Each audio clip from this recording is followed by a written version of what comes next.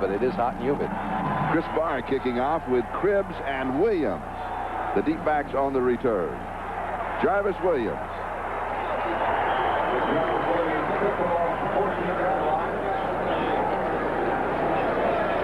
Ron Fellows makes the tackle and will set the offense for the Miami Dolphins with Dan Marino at quarterback. Stratford and Woody Bennett, the two running backs. Clayton and Duper will be the wide receivers, and Farrell Edmonds is the tight end. He is the only rookie in this particular set. We also have, of course, Harry Galbraith at right guard. It was Giesler, Foster, Dellermach, Galbraith, and Ronnie Lee, that offensive line. And so Miami goes to work at their own 31-yard line, first down. And Marino comes out throwing.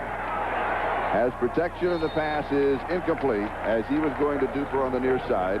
It'll be second down and 10. Now the Raiders are expected to show a 4-3. As you saw there, the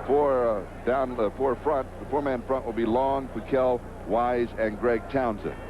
The three linebackers, Robinson, Millen, and Rod Martin. And in the secondary, where the Raiders have had all kinds of problems, they have a rookie at one corner, Haynes aging at the other corner, and Carter and Anderson. Second down and 10, Miami. Ball game just underway. The give is to Troy Stratford. Charlie, the Raiders came out actually in the 3-4. They had yesterday at practice, they normally a 3-4 team. It said they needed to get after Marino on the Dolphins and would go to a 4-3 instead. And the Dolphins were anticipating that, but coming out on that particular down, second down and long and 10, they went to the 3-4. How much of the 3-4 versus the 4-3 do you think we'll really see today? I think we'll see the 4-3 on all passing downs. The Dolphins are a first down passing team. Here in 3rd and 6, I think you'll see the 4-3, and we do see the 4-3. And 6 in the secondary.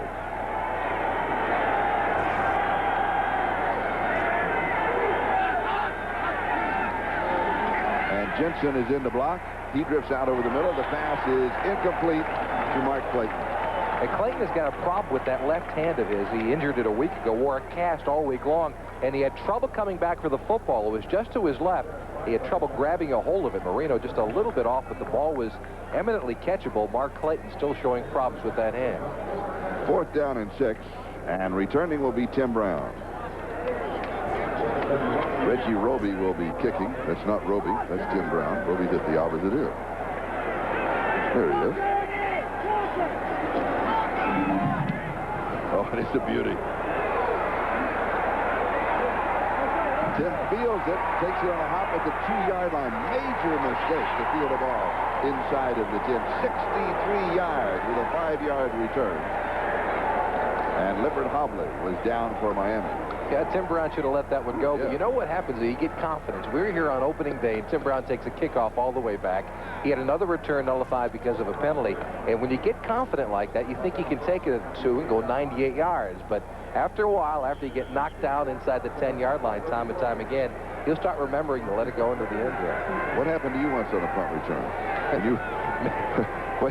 Many times bad things happen. No. Schrader, Smith, Muller, Galt, Lofton, and Parker. Mosbar, Hannah, Lewis, Wilkerson, and Graves, the offensive line. Raiders ball their own 8-yard line. In a game against the Raiders when you were playing with Miami. We'll get to that story. It was the last time the Dolphins beat the Raiders. Schrader, little play action fake, and the pass is complete. And it is Vance Mueller who pulls it in. Marcus Allen is not playing. He is not even dressed for the game. Has a bad hand, has a cast on it. And the funny thing was that the Dolphins didn't believe that Marcus Allen was not going to play in this contest. He'd come out before in previous games with the Dolphins, one in particular I can remember at the Orange Bowl, limping. And the Dolphins were told he was not going to play. He wound up scoring 3 TDs against Don Shula. And yesterday, talking to Coach Shula, he did not believe that Marcus Allen would not perform today. But as you can see, he's in his street clothes. At least for the first half. Right. Who knows about the second half? A gain of 8. Second down and 2 at the Raiders' 16-yard line. And Steve Smith, the ball carrier, with Mark Brown making the tackle. And they're going to mark it just outside the 18. It's going to be close to the first down. Needed a couple of yards.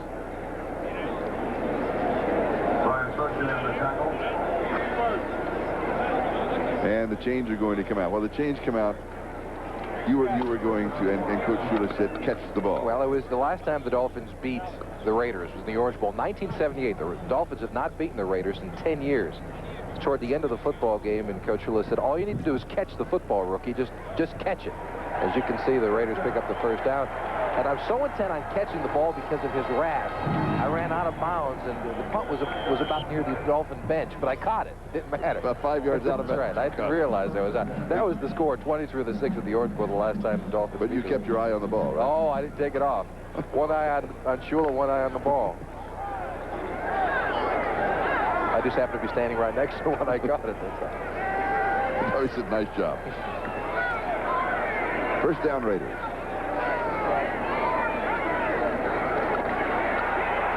Brady wants to set a screen, and he gets it off to Steve Smith. And they're going to end up picking up a yard on the play. To the 19-yard line, it's going to be second down and 9. T.J. Turner was putting the pressure on the quarterback, and he felt that he had grasp and control. Yeah, it was Turner and Rick Graff, number 99, both are in. It's actually Graff. He thinks he's got control, and it appears that he does at that point. He's got a grasp, obviously, and control, but it is the decision of the official who's standing up on top of it. But Graff certainly did have a beef on that one. Second down and 9, the ball at the 19-yard line. No score, we're just underway. And here's the draw. Mueller has a couple of yards to the 21, so it's going to be third down and 7 as Offerdahl makes the tackle for Miami. What the Raiders lose without Marcus Allen in there, Mueller's got great speed for a running back. He's more of a straight-ahead type of a runner, though, as we take a look at the Dolphins' defensive line. But they lose their top receiver, and they lose their top rushing back as well. And their linebackers. Graff, Brown, Offerdahl, and Green. Mark Brown, a career game a week ago with 2 interceptions against the Vikings. And 8 unassisted tackles. Third down and 7. Jay Schrader, the quarterback. And this in reality his third full game. And he goes deep and has a man. Incomplete. Willie Gault got behind the defenders but couldn't hold on to it. And what he did is he fell on the football. It happens to a receiver periodically. Trouble getting up. He probably lost the wind. He fell on top of the ball, and it caused it to force it outside. Take a look at the officials here. Now, the Dolphins, remember, have not given up a touchdown via the pass all season long. But the Raiders have some of the best receivers in football today. They're averaging more than 20 a catch, all 4 of them. You see, he does have the ball and the catch. I think that's a fumble. And, of course, the replay officials will be taking a look at it. But well, that wouldn't be a fumble because the ground cannot cause a fumble, so it would be possession, right? But I think when he turned over, he still had the ball after he hit the ground. All right, well, let's see. Let's take another look at that. You can take another look. And you're right, he bounced right on the ball, and that knocks the wind out of you and causes bruises. Now, he does hit the ground here. He has possession. All right. Now, when he rolls over, does he still have the ball? Yes. Well, yeah, but that's rolling over in slow motion. Yeah, that's true, too. I wonder if we could see that at regular speed. If we could see that at regular speed, but I think it's a completed pass and a first down. And a fumble. And no, because the ground cannot cause a fumble. All right, here he is, regular speed. But nobody touches him. Remember that. He's not down until somebody touches him. That's true. That's true. There's no contact. Right, exactly. So the Miami then should have the ball. Well, based on review by the replay official, the play stands, 4th down. Like I said. Well, it does have to be indisputable evidence, and we disagreed for a while. But I disagree with the call. I think it should have been a first down for the Dolphins going the other way. Jeff Gossett will be kicking on 4th down with Schwades and Williams, the 2 deep backs. And taken at the 26-yard line by Scott Schwades. And he's going to have 5, maybe 6 yards on the return. Stephon Adams makes a tackle. There's a flag down, a 54-yard kick with a 5-yard return. And there's markers on the field.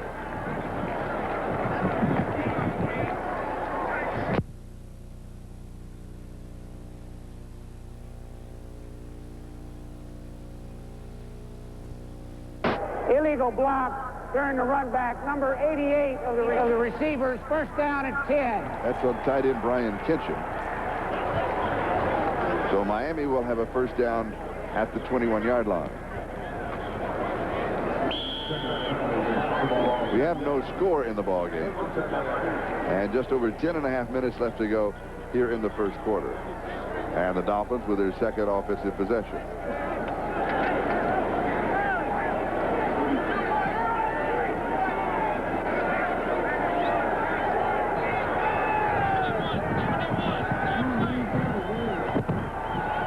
Marino changing the play. If that looks like 44, it's quick outs by the wide receivers. Clayton has it, and out to the 32-yard line. And he'll pick up the first down. Is that a visual automatic that he was calling? They use it two ways. He does it with his voice, and if they think he has trouble hearing out there, he'll use his hands.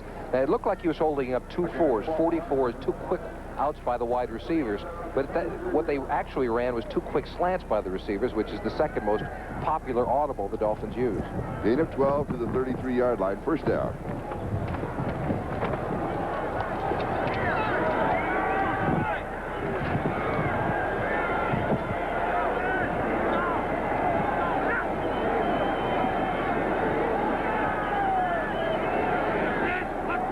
Shotgun on first down. And pressure.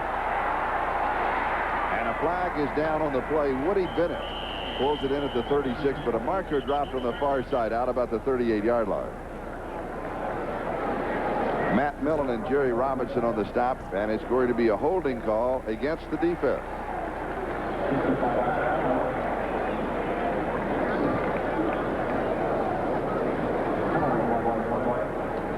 The Dolphins a week ago, worried about the Minnesota Vikings rush, a very difficult pass rush, used a different kind of an approach. They rolled Marino out, went to the short passing game. Today he's been sitting in the pocket. Holding before the pass, number 29 on the defense, first down at 10.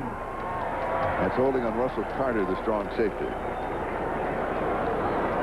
And it's interesting to see how the teams change from week to week. This time around, the Dolphins seem to be setting Marino in the pocket, content with him sitting back and throwing the short passing as they did a week ago against Minnesota.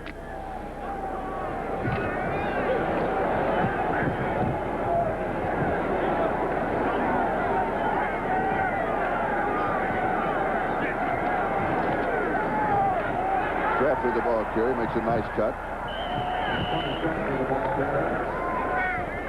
42-yard line. He'll pick up 4. It'll be second down and 6. There's Howie Long makes the stop.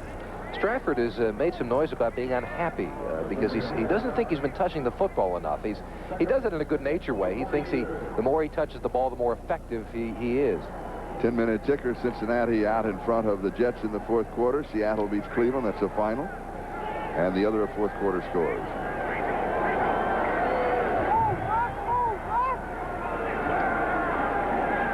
Here we have no score. Juggled, and it is incomplete. Millen was there for the defense, and Farrell Edmonds, the tight end, the intended receiver. Here are the rest of the scores. Rams shut out Atlanta 33-0. Washington defeats Dallas. Minnesota by 1 over Tampa Bay. And no score Denver, San Francisco. That game starting at the same time. This one, no score Pittsburgh at Phoenix. And San Diego quickly out in front of New Orleans in San Diego, 14-0. A little bit of a surprise working there. Willie Gault has a bruised shoulder, and that is being checked. Third down and 6. Marino from the shotgun. And he goes deep. Jensen cannot get to him. And it will be fourth down. Why does he go deep to Jensen? He doesn't have that kind of speed. Well, he had man-to-man coverage against the linebacker with Jerry Robinson. One of the reasons you put a Jensen in there is because when you've got Duper and Clayton and Stratford, you put Jensen in there, and of course you say, well, we'll put a linebacker on him. But Jensen has got more ability as a receiver than most people think.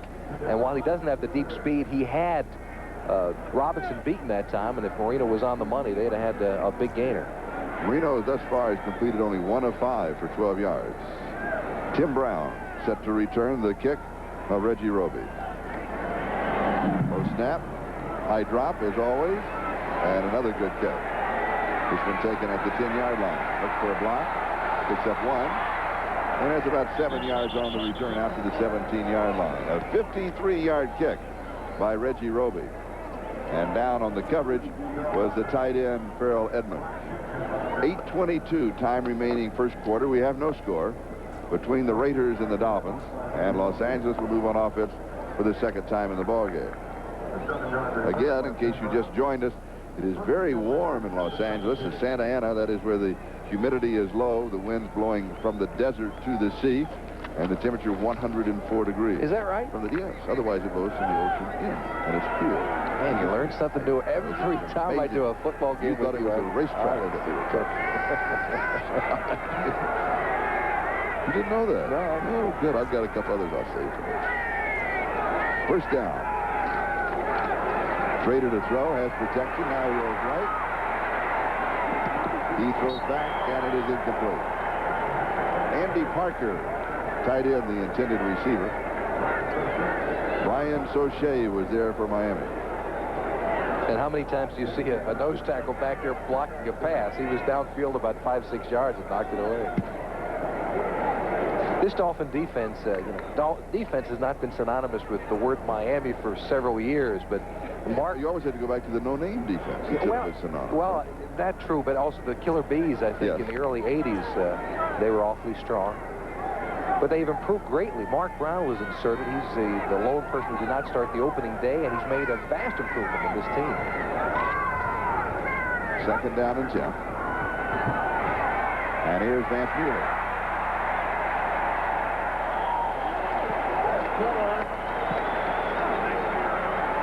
And we'd like to welcome those of you who have been watching the Kansas City-Houston game here at Memorial Coliseum in Los Angeles. We have no score between the Raiders and the Dolphins, and a gain of 11 yards for Vance Mueller of Los Angeles. We have 7:49 and counting. That is the time remaining in the first quarter. And the Raiders have the ball now at their own 29-yard line, first down. Jay Schrader, the quarterback. Marcus Allen not playing in the ball game. He has a cast on his hand. Mueller and Smith are the running backs. And Smith showing motions. And Mueller is down. Get right at the line of scrimmage. His momentum may carry him to the 30, where it'll be second down and 9. Let's see where they mark it. As John Offerdahl was there to stop it. John Offerdahl, the Dolphins defensive squad, their coaching staff puts together a film called Putting on the Hits, and they show it to the players on Fridays before football games. That hit will be included. One of the prerequisite is that the defensive player has to pick a running back off the ground and putting him back down on his back, and Offerdahl has been on that reel of film they show to the players to try to goose them up quite often. They mark it as a 29, so there's no gain. Second at 10. Schrader back to throw. Again, good protection as he had most of the beginning of this ball game, and the pass is incomplete to Andy Parker.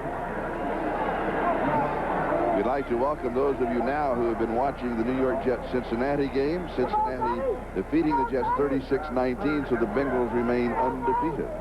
And quite a surprise. The only undefeated team in football, and if you'd have said that opening day, I don't think very many would have believed you.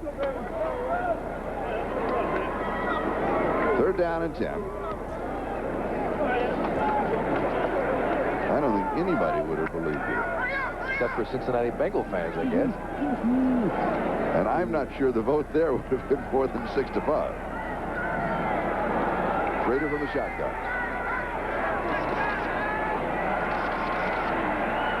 This one sailed on him, and it is incomplete. Schrader has only completed 38% of his passes since he took over for the Raiders. He's had his trouble with being on the money. Talking to the Raiders, he's only 2 of 6 today for 10 yards. The Raiders think he needed a training camp with these wide receivers. He's just off a hair in his passing attack, and as you can see in that particular play, he was well over his target. Gossett to kick, and Scott Schwades is the return man for Miami. No score. 6:33 time remaining first quarter. This one is taken at the 35-yard line, and he's in trouble and will end up losing about 3 yards on the return. A 36-yard kick, -2 officially. No score between Miami and the Los Angeles Raiders. We'll be back in just a moment. the temperature 104 degrees. The first road game on grass since 1986 for the Dolphins. In the last 5 years, 7-4, the record on the road on grass fields.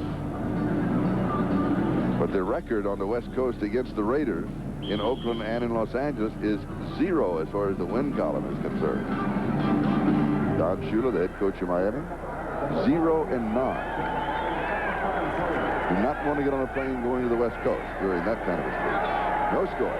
6:23 time remaining first quarter. And it's been a standoff thus far.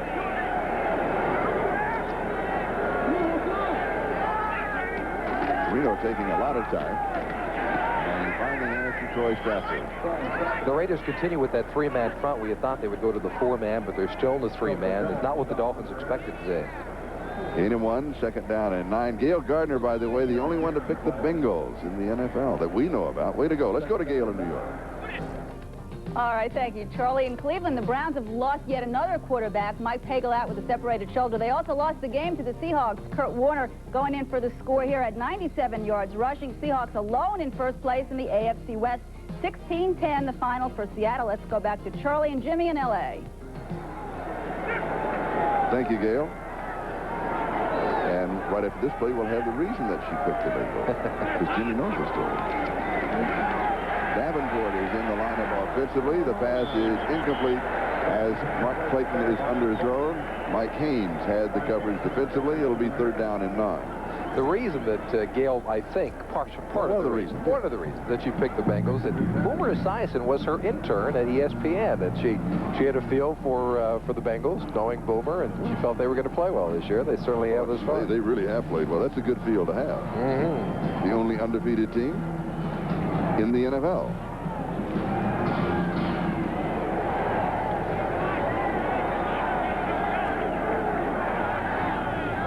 Now the Raiders into their 4-man front, Charlie, in an obvious third and long passing situation.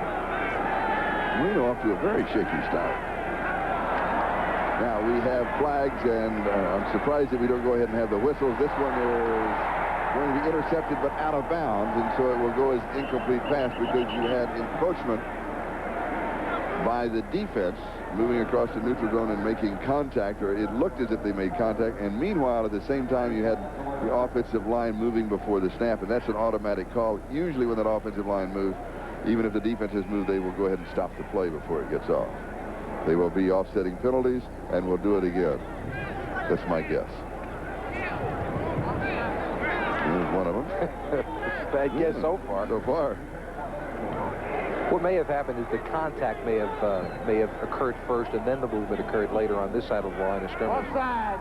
Number 70 on the defense, still third down. That's on Scott Adams. I would have sworn that I saw the offensive left tackle come back. Scott Davis, excuse me.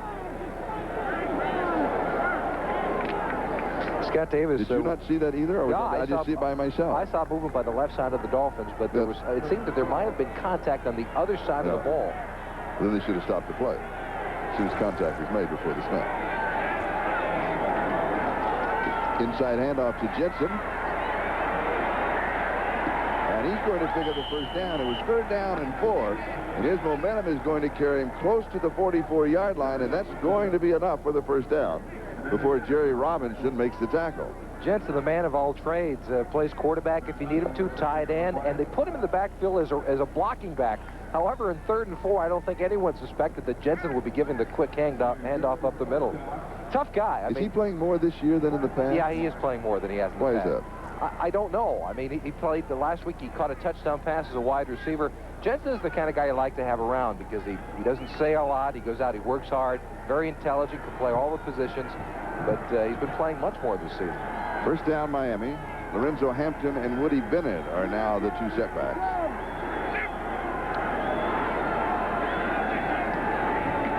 And a 4-man rush. And it is incomplete. Mark Clayton, the intended receiver, and Dennis Price, the rookie from UCLA, taken in the 5th round of the draft. Perfect positioning, and he used the sideline to his advantage. Right, and Dennis Price is a player that other teams have been trying to pick on. As you mentioned, Charlie, the Raider injuries in the secondary have been phenomenal. Terry McDaniel with a broken leg, Lionel Washington with a groin injury, Van McElroy, who's back off the injured reserve list, playing today. was a starter in week 1, has a leg muscle problem. Stacy Turan has an ankle problem. All starters on week 1 of the season.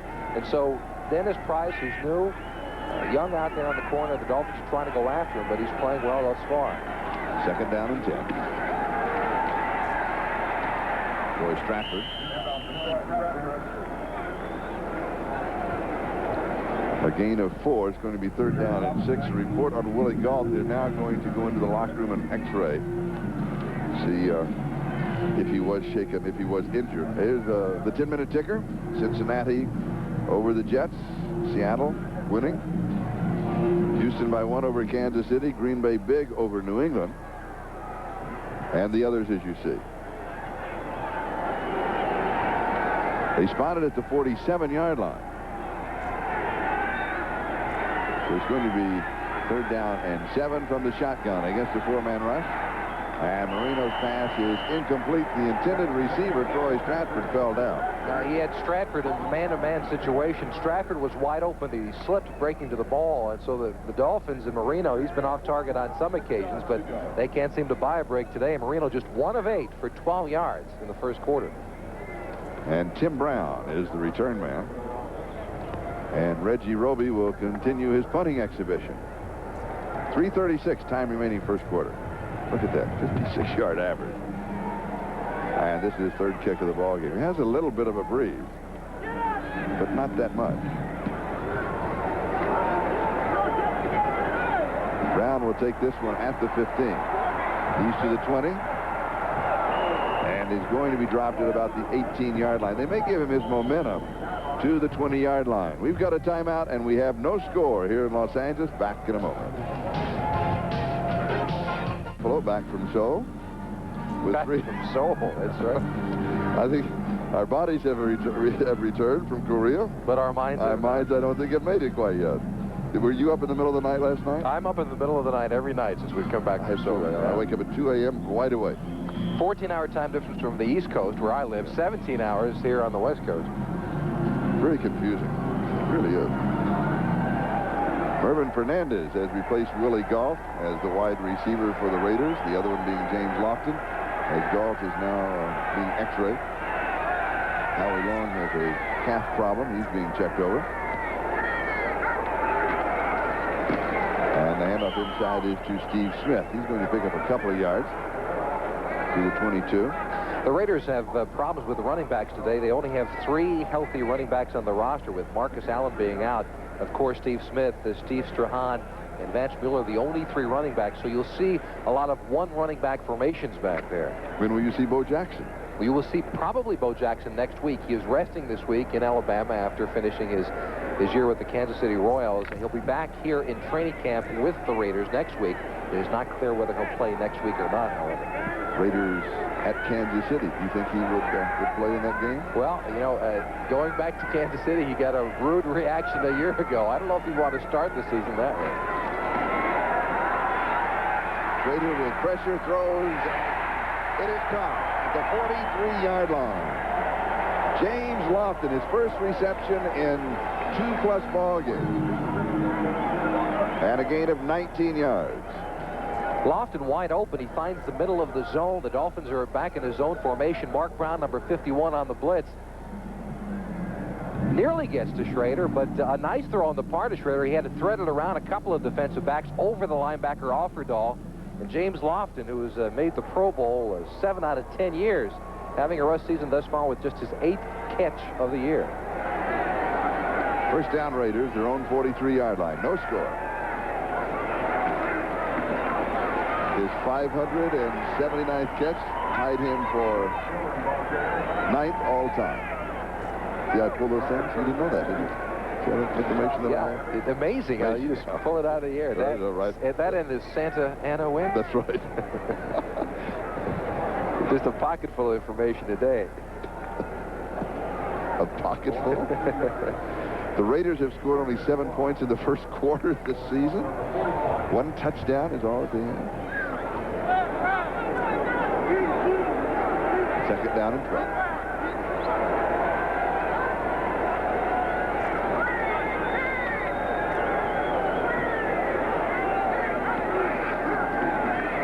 Schrader will throw.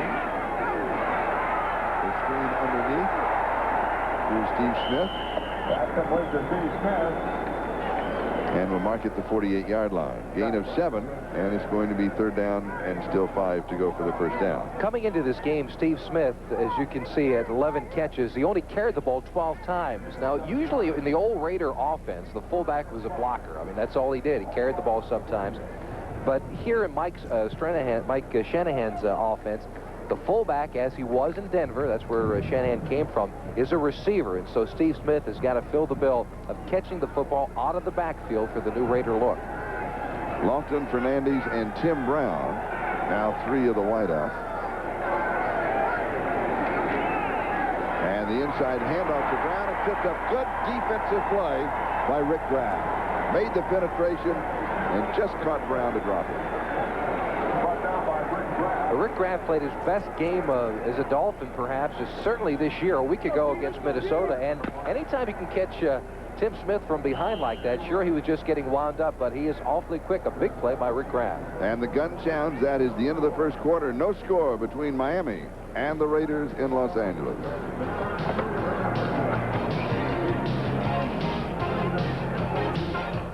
To the Coliseum in Los Angeles, the temperature 104 degrees. I'm Charlie Jones along with Jimmy Cefalo, and thus far we really haven't seen that much action in the ballgame, almost like 2 heavyweight fighters feeling each other out. Yeah, and 2 heavyweight fighters who are missing punches. Yeah. Both Schrader and Marino having trouble, not completing a lot of passes, and that's what you expect out of this contest, both Schrader and Marino to be on target. This is a game unlike any other Raider-Dolphin game you might see. We'll get into that story in just a couple of moments. And the ball will be down at about the 15-yard line. And a kick of 42 yards. And we'll take a timeout. We have no score here in Los Angeles, and we'll be back in just a moment.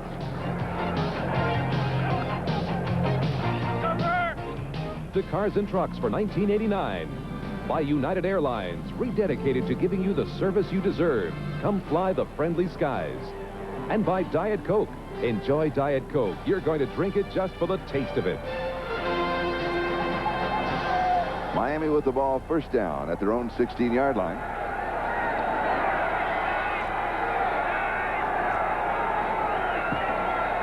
Again, Marino changing his call at the line of scrimmage. Lorenzo Hampton with the carry. And he's going to pick up the first down. A gain of 12 on the play. Eddie Anderson makes the tackle. As I mentioned earlier, Charlie, this is an unusual game for a Raider-Dolphin matchup. For this reason, the Dolphin offense has not performed up to par over the first 5 games of the season. And that's what you expect out of Miami. The Raider defense in the same situation as we do have a Raider player down. I believe it's Howie Long. And he, remember, had that calf problem earlier. All right, while we have an injury timeout, let me interrupt you, Jim, and we'll go to New York and an update with Gail Gardner. Gail? Thank you, Charlie. At Texas Stadium, the Redskins avoid losing their 3rd straight. Big day for Mark Rippon and Kelvin Bryant. Here he hits Bryant, who goes 25 yards for the score. Bryant, 3 touchdowns on the afternoon. The final score, 35-17 Skins. Let's go back to Charlie and Jimmy in L.A. Thank you, Gail. We talked about that. Gail picked Cincinnati in the AFC. I wonder who did she pick in the NFC? I'm not sure. But well, maybe on the next update. We'll get a report from her. All right. Howie Long with that injured calf, as we mentioned earlier, seems to have re-injured the same leg.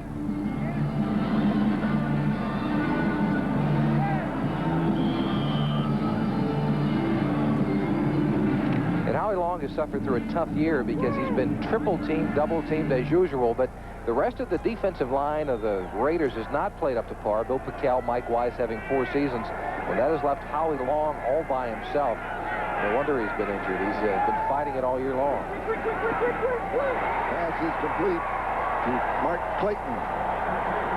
And Clayton, they thought they were going to have to hold him out. He had this goes back 10 or 15 minutes ago, some problems with the heat, and thought that they would hold him out. Obviously, he's back in the ballgame. First time that either team has been past the 50-yard line. And this is Marino's just 2nd completion. He's now 2 of 9 on the day. Quick slant pattern. Again, they're working on number 38, Price. He is the youngster back in the secondary.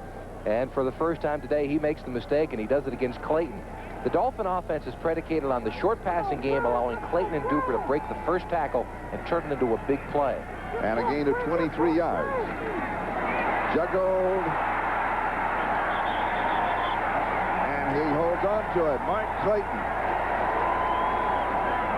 And he had a battle with Mike Hayes. Well, if he's got a problem with the heat, you'd be surprised here. This time he's going against the veteran, Mike Haynes, on the other side. Toughest thing to do against Haynes is a release. He gets a good release on the line of scrimmage, and that's how he makes it. And then the juggling catch. What reaction on the part of Clayton. And remember, too, he's got that bad hand. He injured a wrist and a thumb a week ago, and it didn't stop him from making the catch against one of the best veterans in football today, Mike Haynes. And a gain of 12 yards. By the replay official, the play continues. Oh, we would agree with that, wouldn't we? Well, I don't see the reason to stop now. Yeah.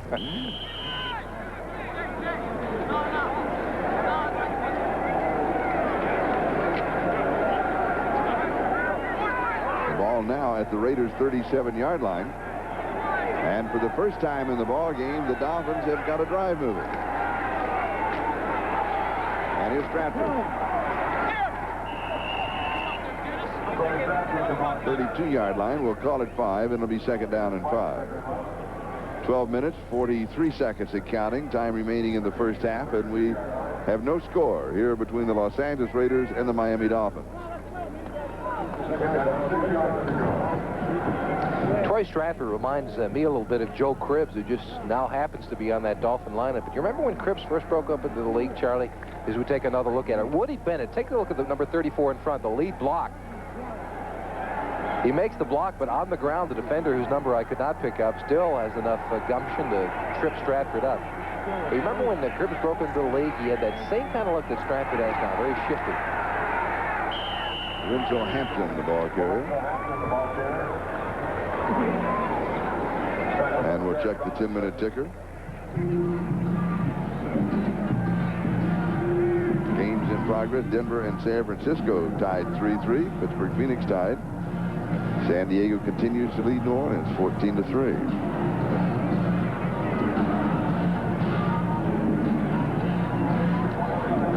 Howie Long, a strained right calf muscle, will probably not return. Third down and 1. 27-yard line. That is Jensen reversing in motion. And the give is to Hampton as he tries to come over the top for the first down of the 25-yard line. And he'll pick up the first down. Now just keep old Bruck straight, will you? All right. He needed 1, and he got 2.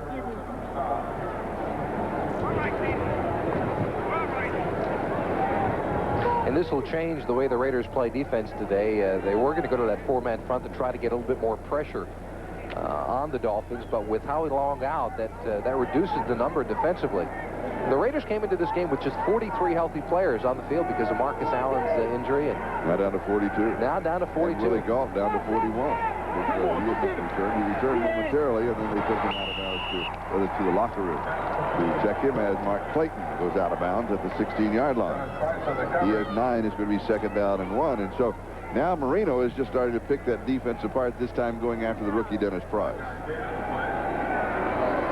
Mark Clayton, you talk about ability. He's got very good speed, but what he does is his quickness is better than most receivers in football today, and he has amazing leaping ability. When he was at Louisville, he used to leap pool tables lengthwise for bets. Lengthwise in pool halls for bets. Now, when you can do that before Mark Price has got to cover him out there, it's better be concerned. Marino 4 of 11, 56 yards. All completions to Clayton. Marino didn't like what he saw defensively.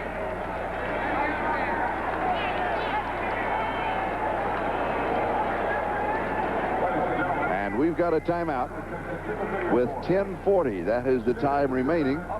In the first half, we have no score. Miami and the Raiders. And now they are saying that it was a delay of game and not a timeout. And so the trainers who started out on the field. Delay the game. It's still second down. No timeout. Second down. A clarification for the referee, Red Cashin. And so the penalty takes the ball just outside the 20. And it'll be second down and 6.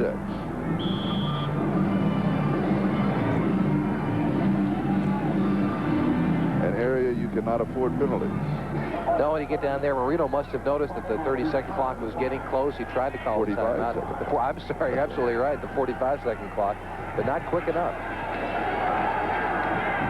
He's got pressure, and the pass is incomplete. Throwing into coverage, that was Ron Davenport, the intended receiver, and Jerry Robinson, the right inside linebacker, was picking him up, number 57. And it'll be 3rd down and 6.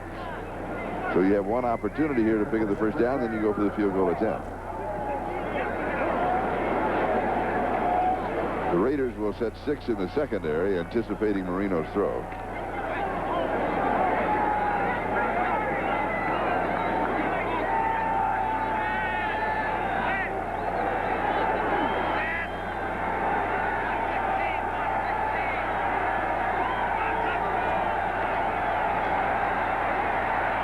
Back over the middle, the pass is complete to the 5-yard line, to the 3-yard line, and again it is Mark Clayton, the defender slipped, and a gain of 18 yards on the play. A gain of 16 yards. It was Eddie Anderson, the free safety, who had the coverage, and when he made the cut, he lost his footing and went down, and he was all alone.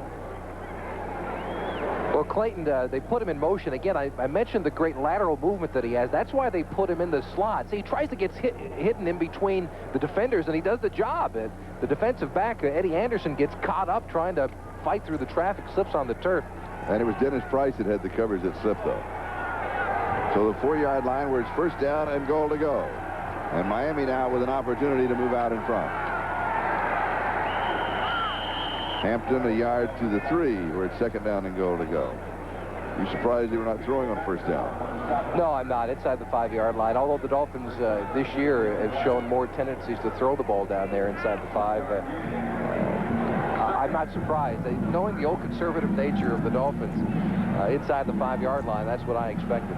2nd down and goal at the 3. Do you throw now? Now you throw. You throw on 2nd down inside the 5-yard line, I believe. I don't think you throw on first down. Why not? I think you give your running game a shot. At 2nd down, everybody's expecting you to throw on 3rd down. 2nd down is the part where the play action works. Let's see if the Dolphins go to it. Semi-play action. Incomplete. Brian Kinchin, the intended receiver, Russell Carter, had the coverage, and it's now 3rd down and goal to go at the 3-yard line. Let's try to pick up what the penalty is. Obviously, it's going to be interference either one way or the other. I'm not sure that Kitchen didn't have something to do with pushing on. Number 29 by the defense. Half the distance to the goal. First down. And it will go against Russell Carter.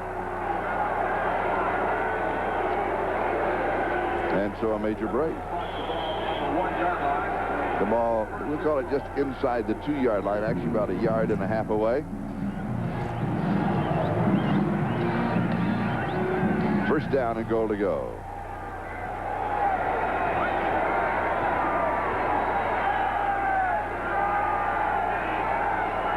First down now. Do you come back running? Yeah, I do. I think so. Hampton over the top sounds good to me. Touchdown. Hampton over the top. That's good to me, too.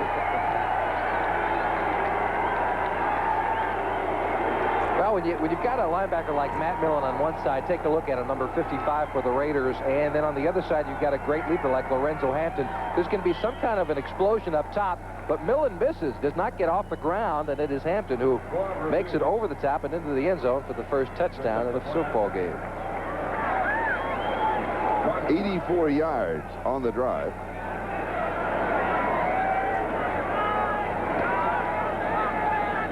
Gervais with the point after. A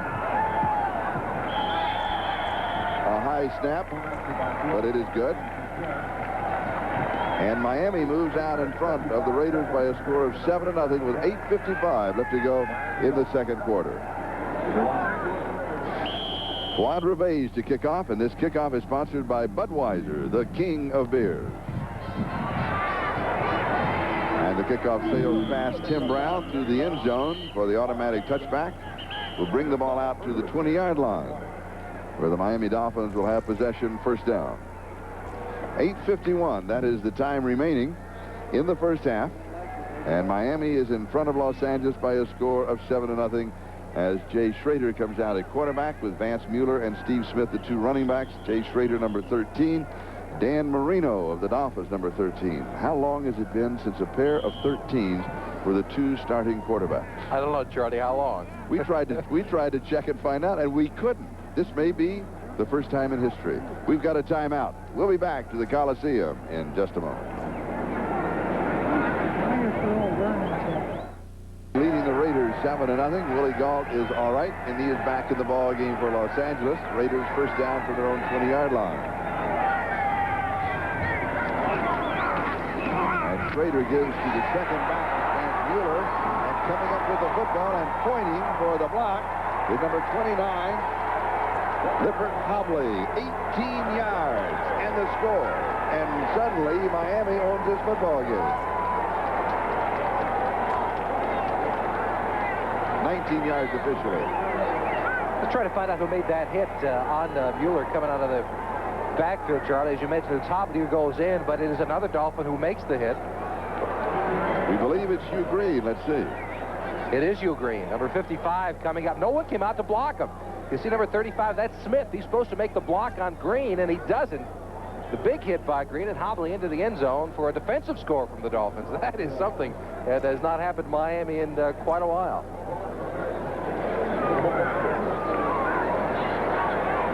So only 11 seconds between touchdowns. The Bays with the extra point. And it's Miami 14 and the Raiders nothing. Now with 8:44 left to go. First half. We'll be back in a moment. Again, as you see, number 35, that is Smith, trying to get outside the block Green, but not able to get there, and it was the arm of Green. Now, Green hangs on to Mueller. Good play by him. He knows the ball is out, but he can continue to make the tackle, and he actually makes an effective block by holding on to the running back. Nice play by Green. Meanwhile, the Dolphin defense has now gone 11 consecutive quarters without allowing a passing touchdown. Kansas City Chiefs 6. The Rams defeated the Falcons 33-0. That is his second touchdown for Lippert Hobley. He had one last year in one of the strike games against the Kansas City Chiefs. And here is Tim Brown on the return. To about the 24-yard line. Where Offendahl was there for Miami. Games in progress. Denver and San Francisco still tied 3-3. Phoenix leading Pittsburgh by 3, 10-7, and San Diego still in front of New Orleans, although the Saints are closing the gap on them as San Diego got out on a quick 14-0 lead. That's the lead here, 14-0. Miami in front of the Raiders. With 8:34 left to go, second quarter.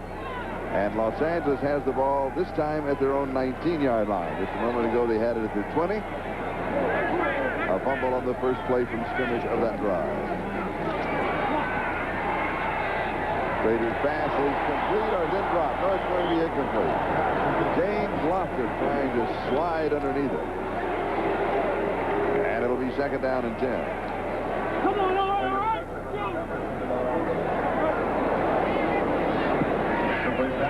Schrader now has completed 4 of 9 for 37 yards. But the Raiders have not, they've shown just a couple of sparks on offense, and that has really been it. Excuse me, I had the wrong yardage. The ball is at the 24-yard line rather than the 19. First down, the Dolphins 10-3, a large margin, obviously, over Los Angeles. And lead on the scoreboard 14-0. Lofton going deep on the left side. And Schrader goes back to the right side, and the pass is going to be incomplete to the tight end, Andy Parker. What they did, Charlie, is run the same exact play they did when Lofton came across the middle and dropped the ball. You hear the boos by the crowd. But in both instances, this is not the problem of Jay Schrader. That's right. He's been on the target twice. Now, Lofton's going down. He's going to run a little curl-in pattern. The receiver inside him was clearing out the middle of the area, and you can see he was open once again. But Schrader electing to go to Andy Parker in the flat, who should have come up with the catch.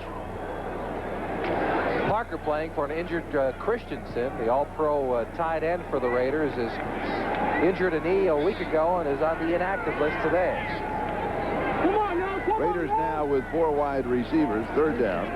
Come on now, come on now. Run, get it, run. Raider is going to run for it, and we'll get to the 30-yard line.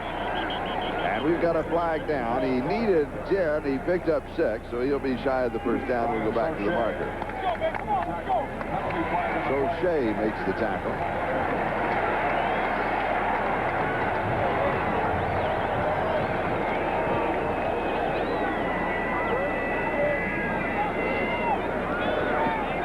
Red Cash, Holding. referee. Number 45 on the defense. First down. Rodney Thomas, taken in the 5th round of the draft this year out of BYU. And with the penalty, the ball goes to the 35-yard line, and it is a first down. But it's been a struggle for the Raiders just to get to the first down.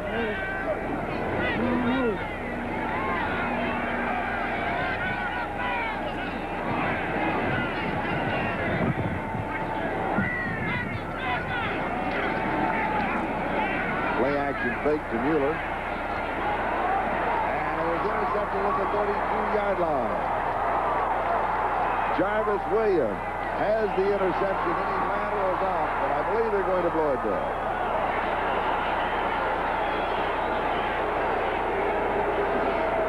So Jarvis Williams has his first interception of the year. Now, this is a complete zone, Charlie. Jay Schrader, it looked like an overthrow.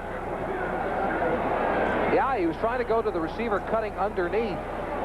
James Lofton. Galt was way downfield, so trying to hit it in between the zone. But Jarvis Williams, the rookie, the second-round draft choice, who the Dolphins have expected quite a bit from, and he's produced for them. He has been the solidifying factor for that secondary back there.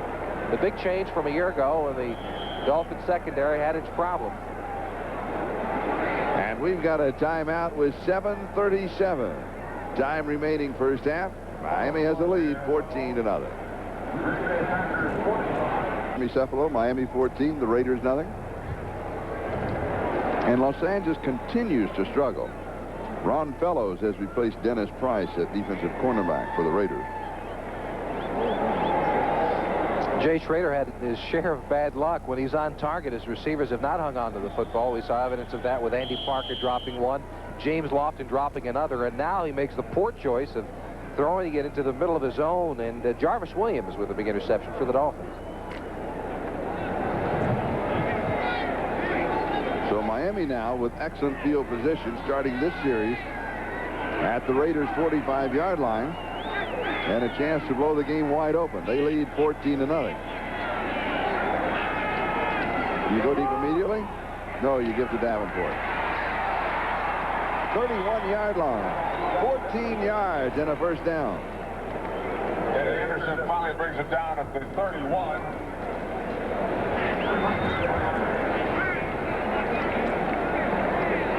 And the offensive line of the Dolphins have been restructured quite a bit. Let's take a look at the pulling from the right side of the line. Davenport following 2 big blocks in front. Looks like Ronnie Lee, number 72, leading the way. And Davenport does the rest, breaking a couple of tackles before being brought down. Davenport, when he came in as a rookie, set the world on fire in Miami, and then has fallen to being inconsistent, losing his starting position back to Woody Bennett, the veteran for the Dolphins.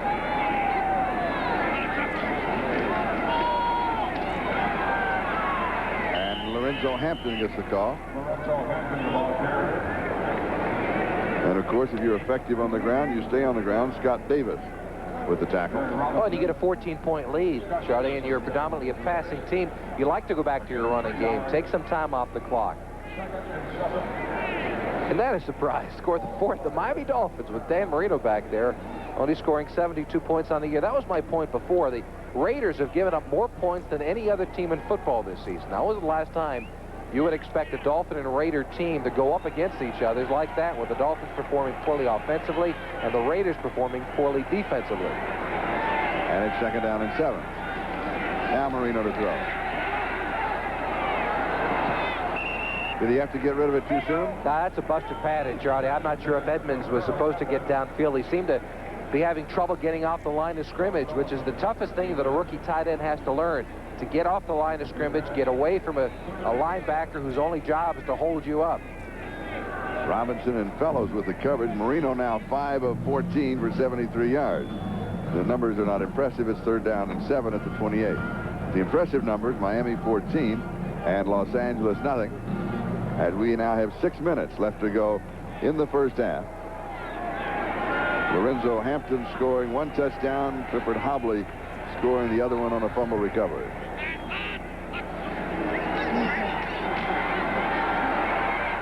This one is incomplete as Marino was running out of time, and he was just avoiding a loss there as Scott Davis was putting the pressure on him. Stratford was the nearest intended receiver. It'll be 4th down. Well, Stratford had an option there. He had man-to-man coverage, and his option is to break out or break in. Dan Marino has to read him. When he saw the man coverage, he knew he had to go to Stratford, but Stratford did not win. And there you see the conversation going on.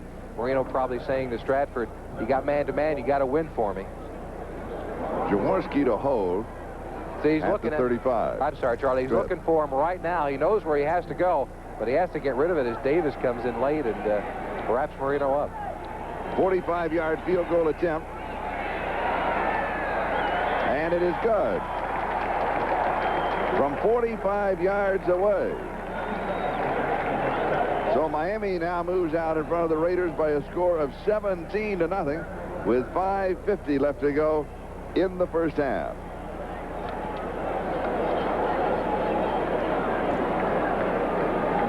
The Dolphins jumped out to the same kind of lead a week ago against Minnesota, Charlie. 17-0 at the end of the first half. Eventually going on to a 24-7 win over the Vikings. And that for Reves at 45 yards is his longest field goal of the year. And it's Miami 17, the Los Angeles Raiders nothing. 5:50 left to go here in the first half.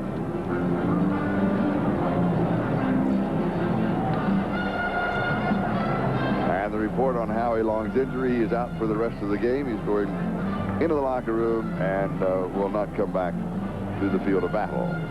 Scoring by half for the Dolphins. First half, 58 points, and so it's been the dominant half. The second half, a total of 16. It is just the reverse for the Raiders. As we saw earlier, they scored just 7 points in the entire first quarter all year long. They are a strong fourth quarter team. And the kickoff goes through the end zone with a touchback, and will bring it out to the 20-yard line. And so Los Angeles once again will try to get a semblance of an offense going. And they really only a couple of plays have showed any kind of an offensive spark. You know, in partially in their defense, they're without Marcus Allen, their leading receiver and runner. They are out without Christensen, their leading tight end, the leading receiver for the last couple of years. And so for Jay Schrader, he has less weapons to call on.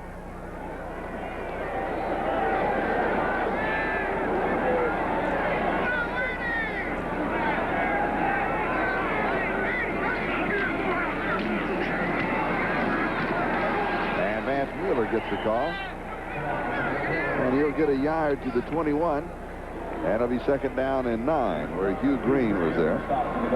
Why bother to run? You're down 17-0 and you haven't got any kind of an offense working. Well, I don't think you abandon totally your running game yet, but what I think the Raiders need to go to is more of a short passing game. When Mike Shanahan came over here from Denver, the thought was he'd go back to a short passing game the way they do it in Denver. However, as we said earlier, all 4 Raider receivers average more than 20 yards a game. The Dolphins know that. They're taking away the deep stuff. The Raiders have got to develop a possession receiver and go to the underneath stuff.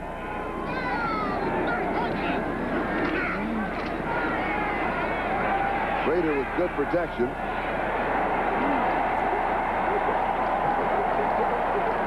And Vance Mueller has the reception at the 49-yard line. A gain of 28 yards. And a little something for the crowd to cheer about. And Schrader wanted to go underneath that time to a receiver he had in the right flat, but John Offerdahl was there with the man-to-man coverage and covered him well. But again, Schrader makes a poor decision. He throws it to the middle of the zone, and only a fantastic effort on the part of Mueller makes that play work. But that's not a high percentage pass.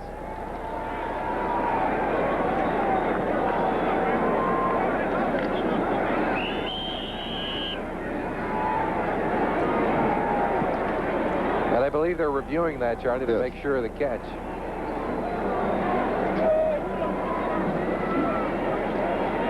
.426 time remaining in the first half.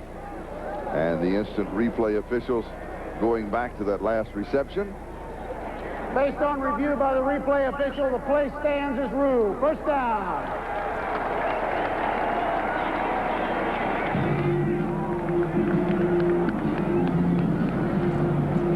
First down for the Raiders at their own 49-yard line.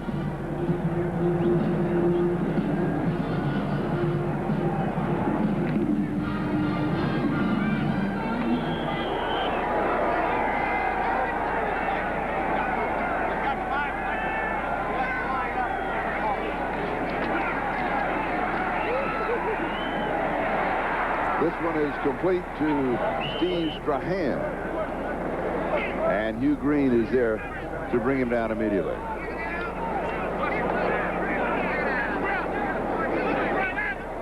And the ball will be on the 47-yard line of Miami. A gain of 4, second down and 6.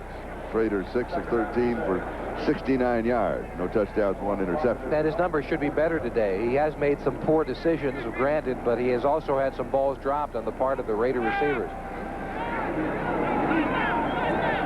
Lofton goes wide to the far side. Brown is in the slot on the right side.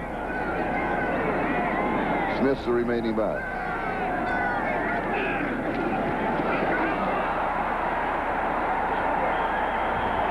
The ball jarred loose, and this was, I think he wanted to throw it back to Tim Brown, who was going to throw. That's what it looked like it was trying to do. Right, he was trying to throw a quick screen to Tim Brown. As you see, number 81, the receiver. Same going back is going to be a screen pass, but he gets caught up with Steve Smith, number 35, and then does the smart thing and just jumps on the football. In watching some of the Raider films for the past couple of weeks, they have better play action stuff because Jay Schrader with the new offense is getting too close to his backs. It looks like a better play action fake, but this is the danger of it. When he gets the footing down, you know, in this new offense, that will not happen. Third down and 13. Three-man rush for the Dolphins. Dropped off to Smith. And Smith will get to the 50-yard line.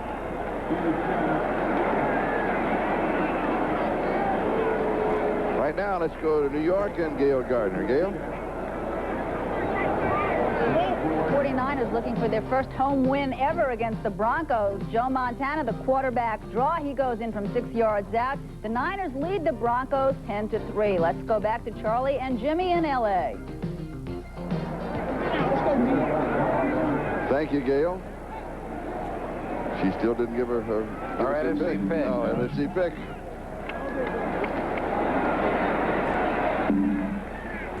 And the kick by Jeff Gossett goes into the end zone, 50 yards. We'll bring it out to the 20-yard line.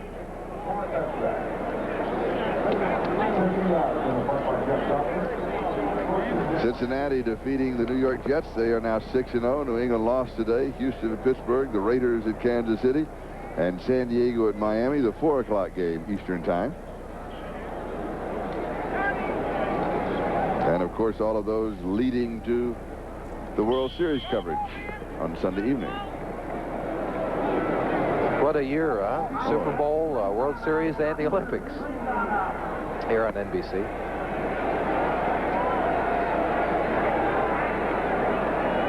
That's really a grand slam. It really is, yeah. Miami first down from their own 20-yard line.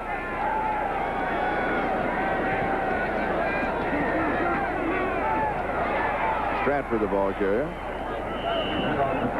And he has 3, maybe 4 yards on the left side. Miami out in front by a score of 17-0 as we're now moving on the 2-minute mark. Time remaining in the first half. 2-minute warning will now be given to both benches. We've got a timeout. We'll be back to the Coliseum in Los Angeles in a moment. Charlie Jones, Jimmy Cefalo. At halftime, Lynn Berman and Paul McGuire. We'll be updating all of the action in the National Football League today. The early games and the late games in progress along with this one, where Miami leads Los Angeles by a score of 17-0. And Miami has never defeated the Raiders here on the West Coast, either in Oakland or in Los Angeles. Second down and 6.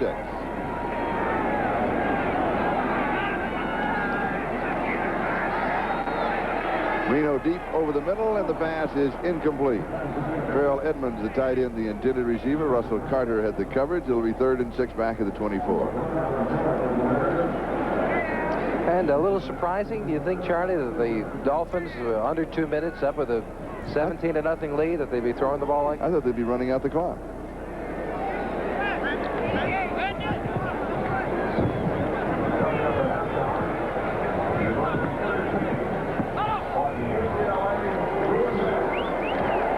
Jerry Robinson has gone into the locker room for the Raiders to have his ribs x-rayed. We'll be picking a MVP at the end of the ball game. If anybody's left, we've had several players going down with injuries. Here's Marino to throw. Out of the shotgun, and this one is complete for the first down to Mark Clayton. And now they head into their 2-minute drill. And if you throw the ball that early, with just inside the 2-minute warning, you might as well go for it now. A gain of 13.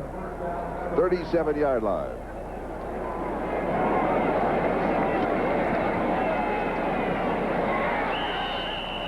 And Jensen on the receiving end. Lyndon King with the tackle.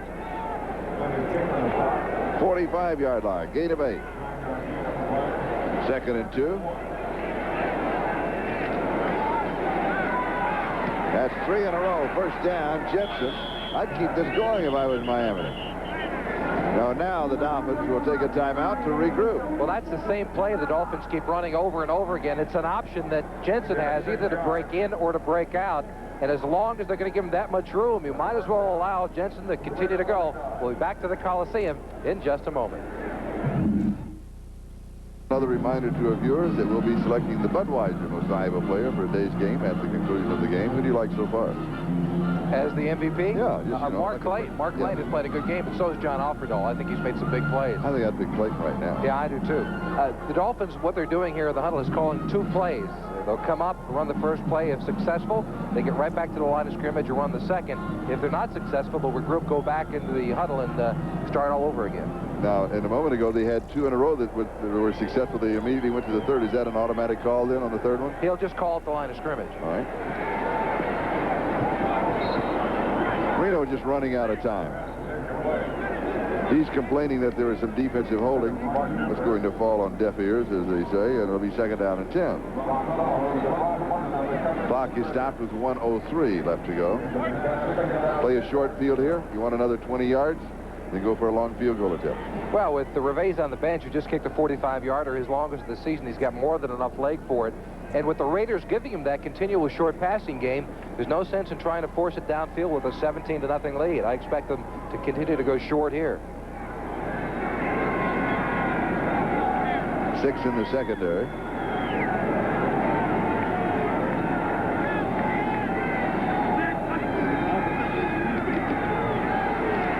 Raiders rushing 5, and the pass is incomplete at the 19-yard line to Clayton. Good coverage this time by Dennis Price. He's had some good coverage. He's made some mistakes, but for a rookie, he's looked pretty good. Well, when they're going to go after you time and time again, you're going to get beat occasionally, especially when you've got 2 great receivers like Duper and Clayton. Now, Duper's name we've not called all day long. Does Duper have a reception? He has been shut out thus far. He has. Roy Foster, number 61, making the block inside. Marino gets the ball off. It's a good throw over the shoulder and actually should have been caught by Clayton. That's a tough catch, though. It sure is. You notice he went up with the one hand. He's got the problem with his left hand. He's wearing the glove on it. Injured it early in the, or excuse me, a week ago against Minnesota. 3rd down and 10, 49-yard line of the Raiders. And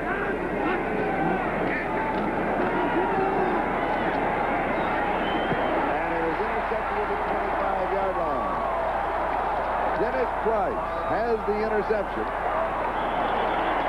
And the Raiders have the ball with 44 seconds left to go in the first half.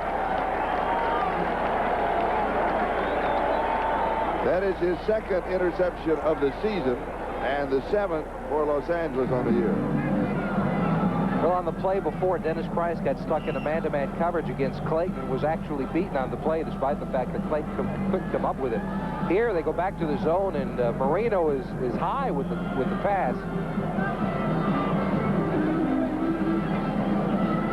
There it is. Oh, see the zone set up? looked like Clayton coming right back to the football, had a little bit of an open area, but an overthrow on the part of Marino. And it's Dennis Price with the big play. And Los Angeles with a first down just outside their own 42-yard line. 44 seconds left to go first half.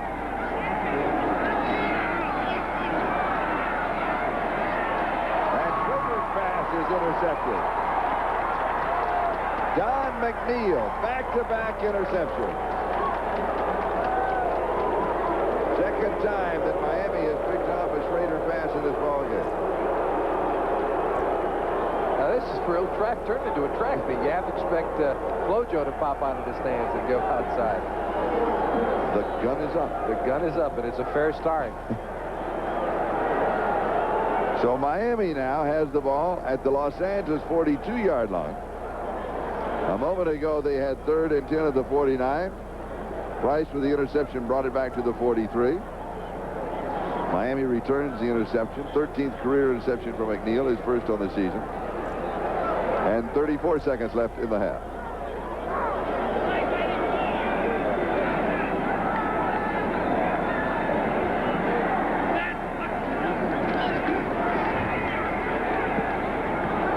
Jensen to the 20. Well within field goal range, 17-yard line. 26 yards on the play. Eddie Anderson and Ron Fellows finally making the tackle. And you asked before why Jensen is being used more and more. Well, when you've got Duper and Clayton out there, they're double teaming the outside. And if you got Jim Jensen inside, you know, you're not going to donate one of your best defensive backs to him. He's big. He's not real fast, not real quick, but he's got sure hands, can run a good pattern. He gets man-to-man coverage, and Marino has got a lot of confidence in him now. And that's the reason why he's playing such a big part on the offense today. And Miami takes a timeout, and we'll go back to the play. Take a look at Jensen in the backfield, right next to the quarterback, Marino, coming out. He's got an option to either come inside or not. Well, we're focusing, unfortunately, on Clayton inside. But there he is, beating Martin, number 53.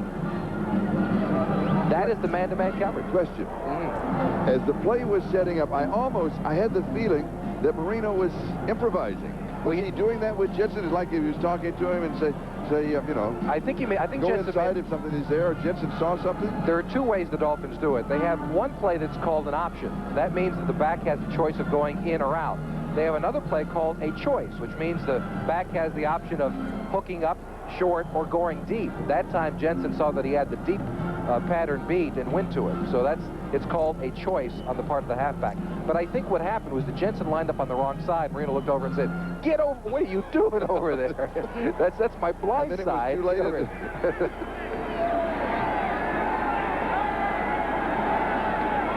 At the Raiders' 17-yard line, first down.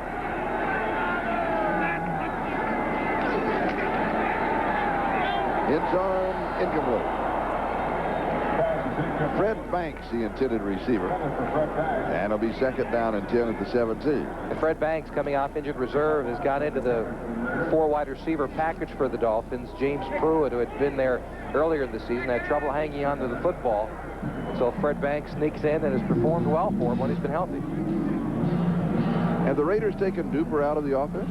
It seems that way. Mark Duper's not caught a football. We've not called his name once all day. In fact, I don't know if Marino's gone to him at all today. He's going wide to the far side. Stratford is going to be in the slot. Clayton and Banks on the near side.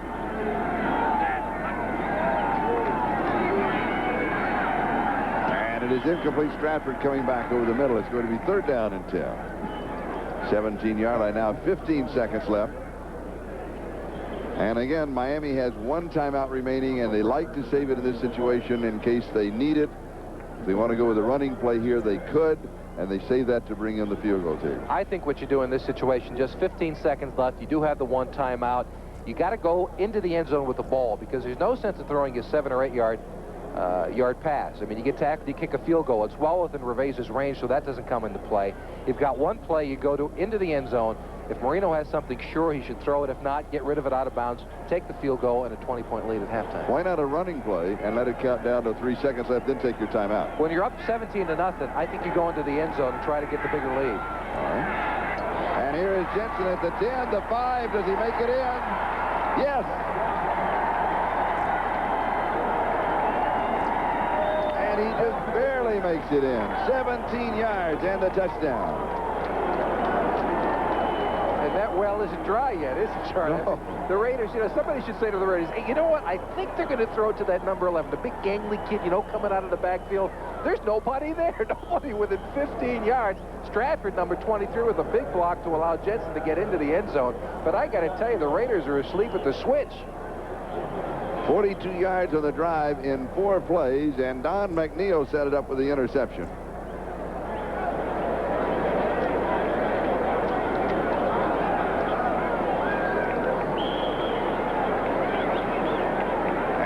Reves will attempt the extra point. Miami has converted 3 Los Angeles turnovers to 17 points.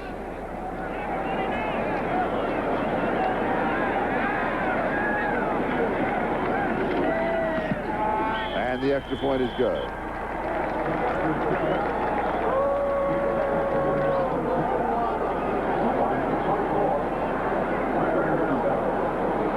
That's a familiar score for the Raiders, isn't it? Weren't they down 24-0, what, 2 weeks ago against Denver? Yes. How about against Cincinnati last week?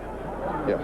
Last week, 24-7 against Cincinnati, and now 24-0 against the Miami Dolphins. Mike Shanahan has to be disappointed, especially with his defensive play today. They have not shown any ability to stop the Dolphin offense.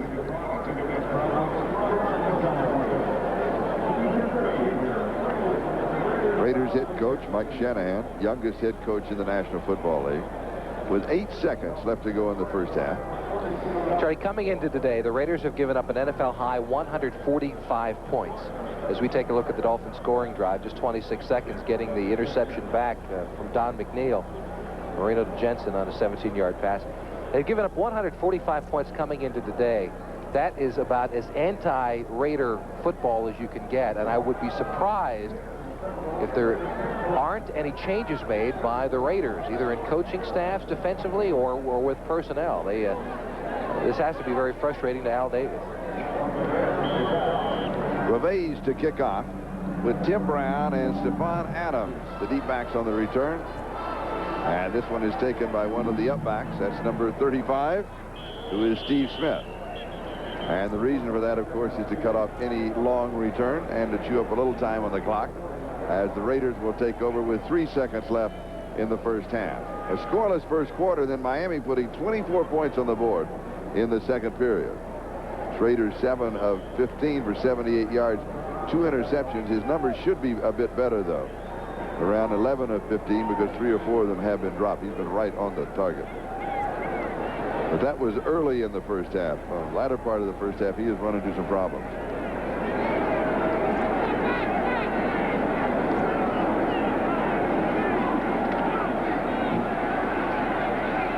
He goes deep. And it is intercepted. Miami with the interception right at the end of the half. And so the gun sounds, and the first 2 quarters are now history, with Miami coming to life offensively in the second period and moving out in front of the Raiders by a score of 24-0. The temperature, in case you joined us late, 104 degrees. NFL live halftime activities in a moment. We'll be right back after these messages from your local station.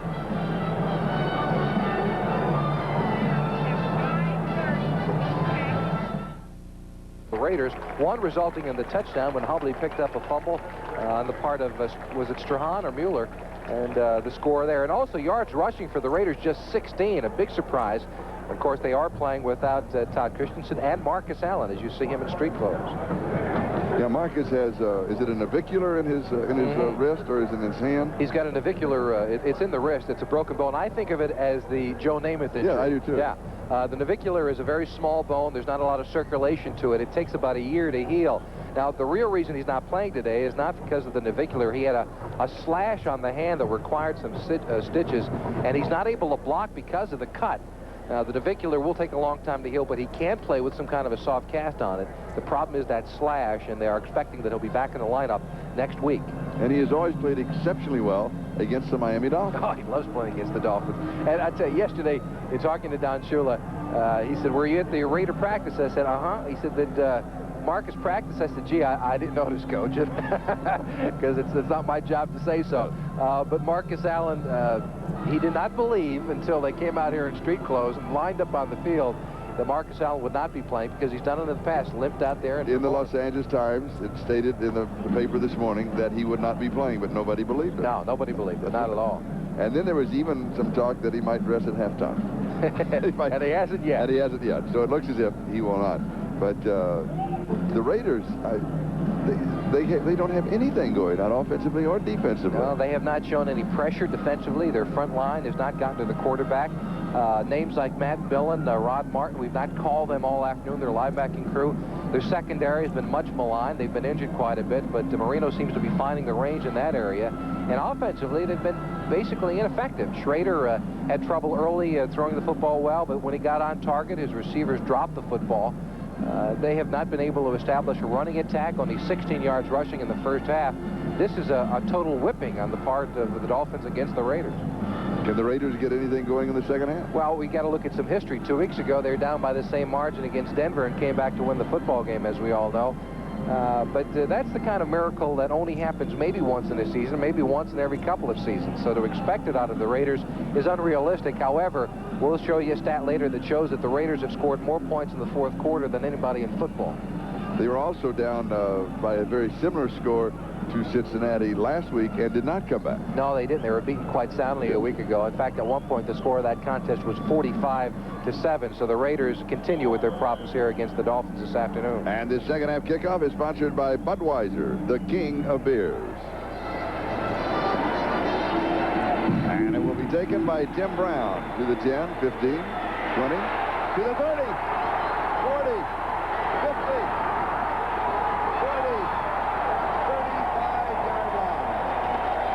65 yards. He took it at the goal line and almost clipped 100. Perhaps the spark that the Raiders needed. Rodney Thomas finally brought him down. Tim Brown was quoted earlier as saying, "If a kicker knocks me out of bounds, I don't belong in the NFL." Now watch him as he breaks through the front line. The only guy to stop him was supposed to be Fouad Reveiz, but Reveiz gets a move and Brown gets past him. However, he holds him long enough for another Dolphin to come by and make the tackle. But Brown still holds true, saying that... And he stepped out right there. Yeah, he sure did. But it was not Reveiz who made the tackle, but however, he did do his job to slow him down. And he stepped out at the 43-yard line, and that, of course, is the line of scrimmage, so the return is good for 57 yards.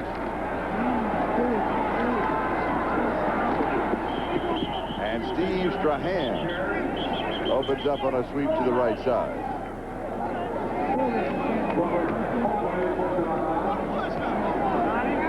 They're going to mark at the 38-yard line, so it'll be 5, second down and 5. Sorry, what makes a kickoff or a punt returner is slashing ability. It doesn't necessarily take speed. It takes quickness and the ability to make the first person or the first wave miss. And Tim Brown has more ability in that area than maybe anyone I've ever seen play football.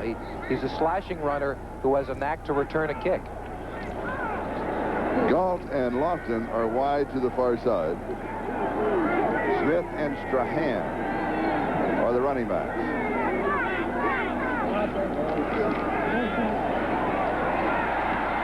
And the pass is complete to Strahan. William Judson with the tackle.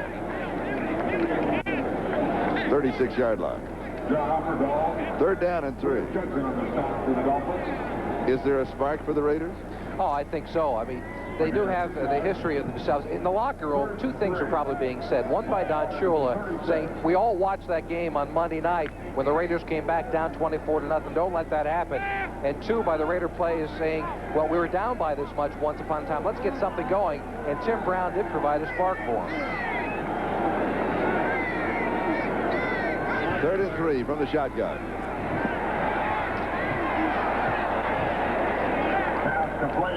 The pass is complete. They will mark it at the point of the reception. Steve Smith caught it. Mark Brown was there, but a penalty against Los Angeles.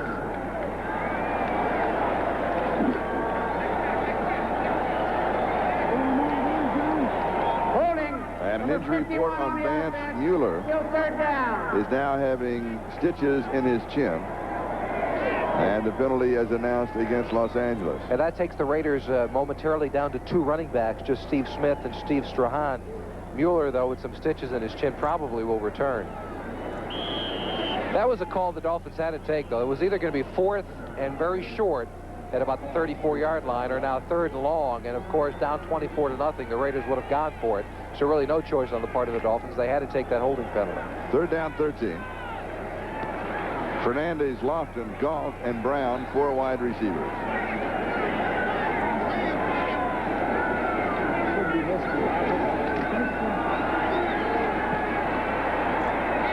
It is high, but it is caught at the 20-yard line, then to the 18. It's Mervin Fernandez for 28 yards.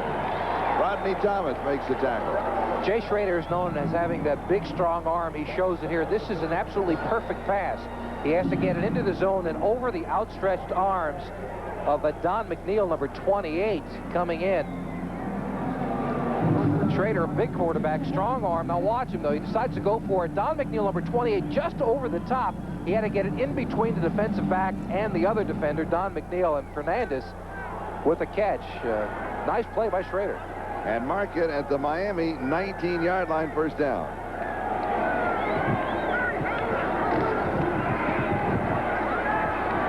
Schrader all the time in the world, end zone, and he overthrows.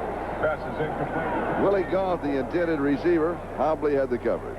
2nd and 10. And Schrader just getting rid of it. Jerry Robinson of the Raiders has a full muscle in his back, and he will not be returning. Los Angeles down out about 35 players. They're down to quite a... I mean, they came in with 43. And let's see, who'd they lose? They lost Long. They lost Robinson. Galt went out for a little while. He's back in the contest. Mueller went out with the stitches in the chin problem. And now Mueller's back in.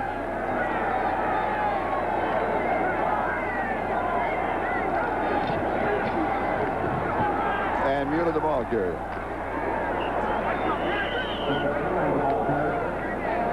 16-yard line, gain of 3. 3rd down and 7. Rick Graff with the tackle.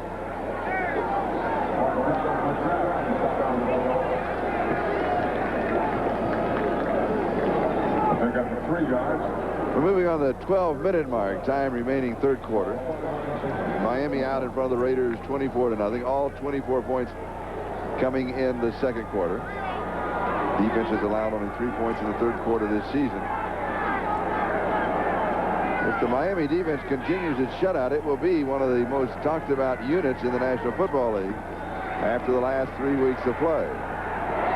End zone, Lofton incomplete.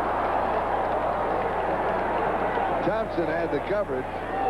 The pass was there. He should have had the touchdown, and we've got a flag.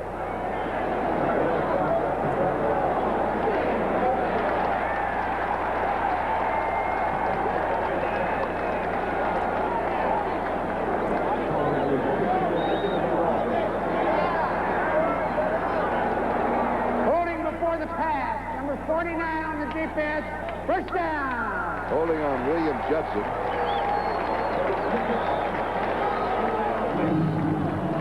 And that is James Lofton's 2nd drop of the game. If you remember earlier, he had a long gainer, the part of Schrader, a good throw that he dropped. And this time it was a touchdown in the corner of the end zone. And so the Dolphins' streak of 25 straight quarters without allowing a touchdown pass remains intact. 1st down at the 11.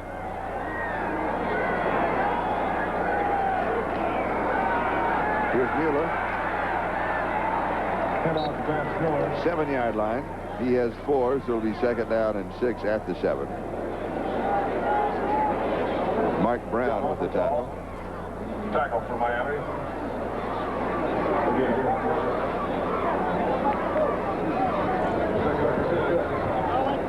The Raiders get into it. I mean, they'd still be down by 17 points if they're able to score here, but it changes the entire complexion of the game. The confidence level will rise for Schrader because he has been playing well. I thought the 2nd quarter he played well, and so far in the 3rd he's done his job.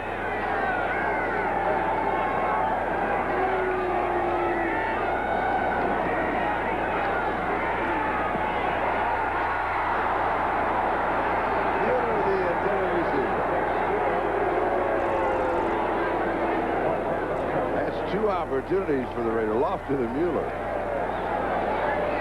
Schrader's got to be saying, you know, what have I got to do? Go to the other side. They can't catch it on that side. Yeah, could there be a sun problem? I mean, Schrader just looked over his shoulder. I think he's wondering the same thing. What's wrong, guys? I mean, all right, let's take a look at the sun. Now, the sun looks okay from over that lip of the stadium. I don't know what else. You're looking back into it a bit because of the way the shadows go in that direction. Right. 4 wide receivers. 3rd down and 6 at the 7.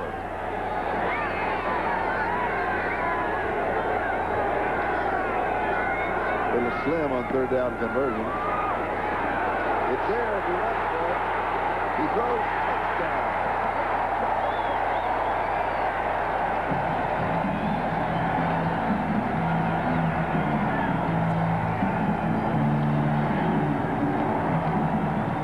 Mervyn Fernandez. Fernandez came into the season about 15 pounds lighter than he was a year ago, and he's been having some big games. A week ago, he went over the 100-yard mark for the first time this season against Cincinnati, and that time Charlie Schrader, as you said, had the option, could have run it in if he wanted, but gave Fernandez enough time as he continued to scramble, and that breaks the string of the Dolphin defensive backs. And the extra point by Chris Barr is good. And the score is now Miami 24 and Los Angeles 7. Back with a kickoff in a moment. Sweep for the Oakland A's as they beat the Red Sox today 4-1. That's Mike Gallego pulling in the final out. 4-1 the final. Dennis Eckersley, 4 saves. He was the MVP. Let's go back to Charlie and Jimmy in L.A. The broom was out in Oakland, and the sweep is on. It sure was. Were you surprised?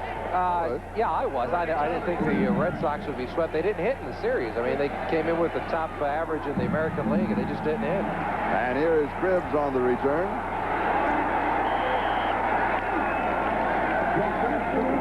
Let's go back to that Raider touchdown and take another look.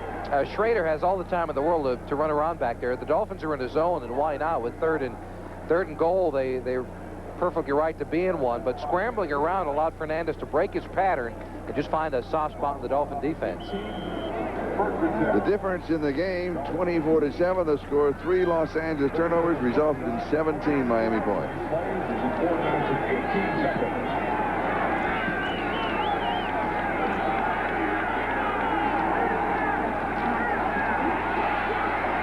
Stratford out to the 30-yard line. Gain of 12, first down. You start working on the clock in the 3rd quarter with 10:20 left? Is that too soon? I think it's too soon. Seems that way. Yeah, especially when you got a quarterback like Marino. They've been throwing the short stuff very successfully. They want to work on the running game. The Dolphins have had 2 great struggles over the past 5 years.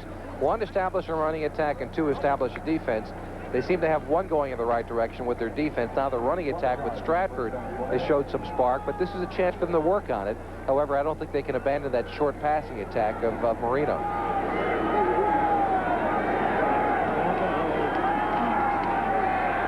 Marino's pass complete. Stratford has it. Pass complete to Lorenzo Hampton. Or was that Hampton? That was.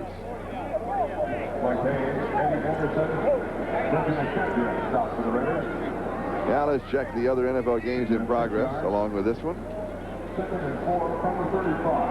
San Francisco leading Denver by 10. Still a close one there. Phoenix pulling away from Pittsburgh. And New Orleans now has caught and passed San Diego 20-17. Chargers went up on top of that one 14-0.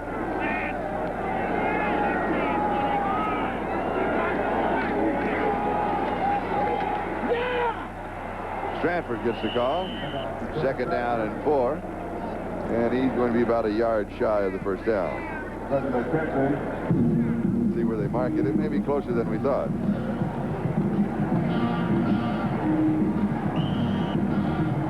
Close enough to take a measurement? Yes, they're going to bring the chains out. And Mark Duper is a name that continually seems to escape us this afternoon. Duper has not been involved in this offense at all. It's relied preliminarily, primarily, I get it out, on Stratford and on Mark Clayton. As you see, the Dolphins just about a half a football short. It'll be 3rd down and just that much for a first down. 3rd down and half a football? Just about. Clayton 6 for 86. And he takes over third spot on the Dolphin all-time pass receiving list, passing Mark Duper. They are neck and neck. They keep just going back and forth. Duper had 275 catches coming into today for third place. Clayton had 274 for fourth place.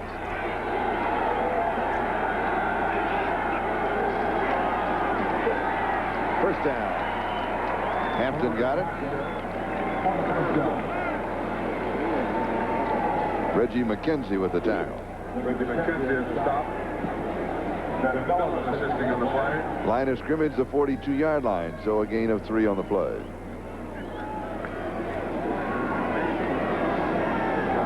You questioned before what kind of an offense I think the Dolphins should run, Charlie. I think they stay with the running attack, the short passing game.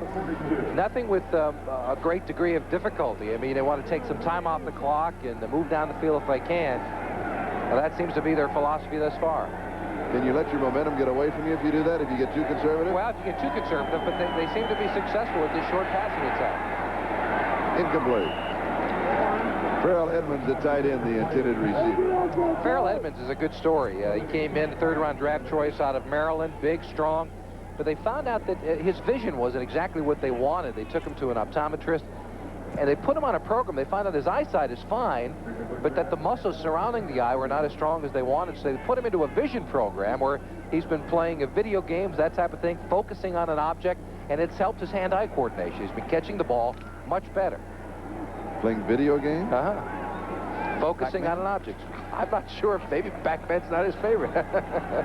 Marino 11 of 28, 148 yards.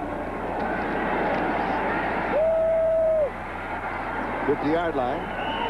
Davenport pulls it in. And it's a gain of 8. It'll be third down and 2. What's your favorite video game? Let me wake you up. Stay alert. They didn't have many in Seoul, I got to tell you that. Interesting, when I was in China, in Beijing, they had them there, and the kids played them all the time. We could hardly get to them. It really griped me. All right, let's take a look at the rush of the Raiders. That's Weiss, number 90. Mike Weiss going around John Giesler, and he gets all of Dan Marino. Third down and 2. Good move. Stratford picks up the first down. That's the thing about Stratford. He doesn't have the great speed, but he has tremendous quickness, and he's a slashing type runner. As I mentioned earlier, he reminds me of a young Joe Gibbs. Also against the Vikings, a couple of really fine moves last week when he came underneath the tacklers that tried to come in high. Yeah, he made a play on a short passing play against the Vikings last week that was one of the best I've seen. He gives a leg, he takes it away. It's that old thought about a running back. Give him a leg and remove it. They spotted at the 47-yard line of Los Angeles, and it's a first down. Miami 24, the Raiders 7. And Davenport is dropped at the 50. So a loss of 3. It's going to be second down and 13. That means Marino will have to come out throwing. And that may be the first play that the Raiders have made in the backfield of the Dolphins. Thus far, it has been the Dolphins going upfield all the time. This is the first time, and Piquel beats the block inside of, who was that? It might have been Jeff Dellenbach, number 65. But the first time that the Dolphin offensive line has not controlled the line of scrimmage. Meanwhile, on this drive, the clock in the third quarter has gone down to 5 minutes and 43 seconds. Time remaining. And it's second down and 13. And we'll have jumping by the offensive line. And that's going to be an automatic 5 yards. As you know, tackle to tackle, once you go to the three-point stance, you can't move. Yeah, we caught it on Roy Foster. Roy Foster is responsible for a rule change in the National Football League. Not this one, but he was one of the first offensive linemen to come out, and each week he would change his gloves to the color of the opposition's jersey. Smart man. Yes. He'd have maroon ones, and he'd have black ones, and he'd have brown ones, and orange ones. And then they changed the rules so that you have to have the same, you have to have the continuing color throughout. I mean, if he had black ones, that's okay, or white ones, whatever it is, but you've got to stay with him throughout the season. He has white ones. So he also played at USC with Marcus Allen. He has 40 tickets he bought today for his friends and relatives here in the Coliseum.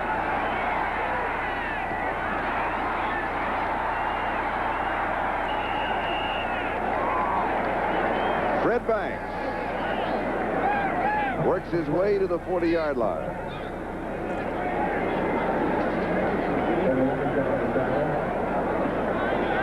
And that David Schul on the sideline trying to give a play to Fred Banks coming back in. Here's a look at it. A little bit of a rollout. This is to provide better protection for Marino. Just a short rollout. Banks with a good move on the sideline, working against Price again, number 38. Price getting a workout this afternoon. And, of course, this is the home field for the University of Southern California, and the campus just across the boulevard. Any important alums here in the stadium for USA, Charlie? Yes.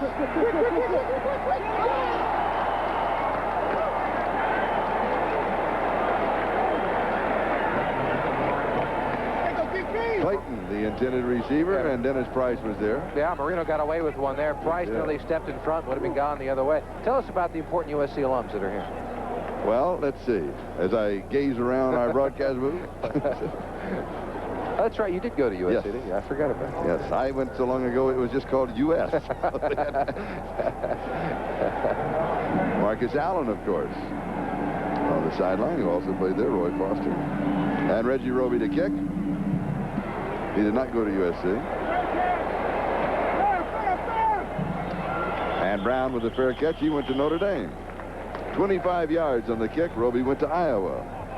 Jimmy Cephalo went to Penn State. We are Penn State.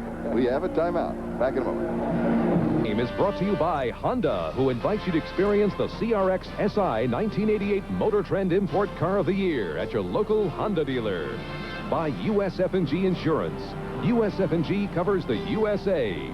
And by the On-Time Machine, American Airlines. Something special in the air.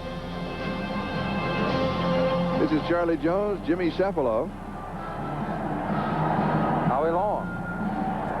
Another of the injured Raiders who has had to come out of the ball game.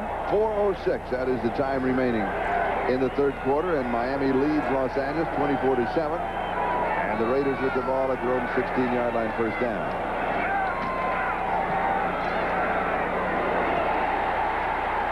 All alone is James Lofton. There wasn't anybody within 5 yards. He picks up 21 yards on the play. What happened? Well, Renee Thompson giving a lot of room over there on the corner. He's playing for the injured Paul Langford. And with a lead of 24-7, Thompson giving Lofton all the room he needs. Maybe a little bit too much. I got it. You're right, Charlie. A 21-yard gain. He's backing up to 26, 27 yards. You got to try to approach it a little tougher than that, because Lofton can just turn into that possession receiver and take those 18, 19-yard outs. Then move down the field, get another touchdown. It'll be a different football game. And he's still got some of that speed left that he was so famous for. And he comes in motion. And Vance Mueller goes up the middle. I don't understand that call. Mark Brown and Offerdahl make the tackle. When you're down like this, don't you just have to come out throwing? I think so. The Dolphins just took off, 7 or 8 minutes on the clock, even though they didn't get any points out of it. That's going to be their game plan, the short passing, the little running attack. So the Raiders have got to take advantage of every possession they get here in this third quarter. And that running is just not going to get it. Because if they can score on this drive, they're now within 10 with a whole quarter to go. Now the game changes as far as the complexion is concerned, 2nd and 6. And the crowd getting into it. Really first time that this crowd's been into the ballgame. Raider with time, then he has pressure, and that's a good pass. That is a good pass. Trey Junkin should have made that reception. You don't like it? No, I don't. I think it's too dangerous. I thought he was throwing it away. He looked over to the flat, and I thought Junkin was well covered. I think he just threw it out of bounds. I still think he should have caught it. I'm glad you weren't my receiver coach down there. I got to tell you that.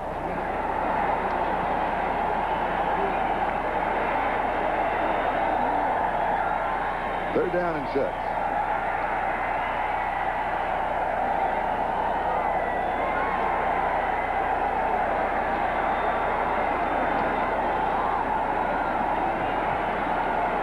There it is, and Willie Gault cannot get to it. And had a step on the defender. It's what we mentioned earlier. Jay Schrader is just a tad off on those long passes. He needed a training camp with these receivers. Yes, he had one in Washington, but it's different with the speed that these people have. And Galt, as you see, has got all the speed in the world, but not that much in between the two defenders for the Dolphins. Got behind Rodney Thomas. Jeff Gossett now to kick.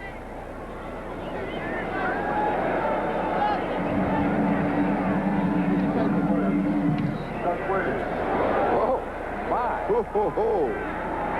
Into the end zone. 58 yards. Into the end zone. From the line of scrimmage. Oh, he nailed that one. We've got a timeout. It's Miami 24. The Raiders 7. We'll be back in just a moment. Miami at the 20-yard line. 56 time remaining third quarter. Miami off at their own 20-yard line, first down. The objective now, of course, to take another 6 or 7 minutes off of the clock. Good defensive play. Stratford dropped for a loss by Lyndon King.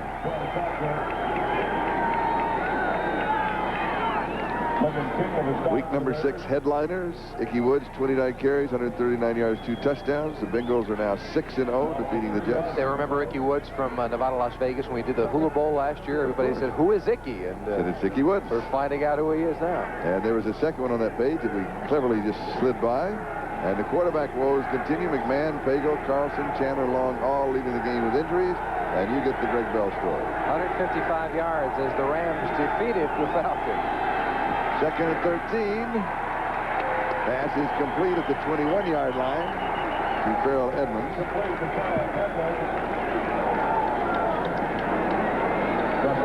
And Marino is still sitting down. And signal for a trainer to come in. Is that a cramp? I'm not sure.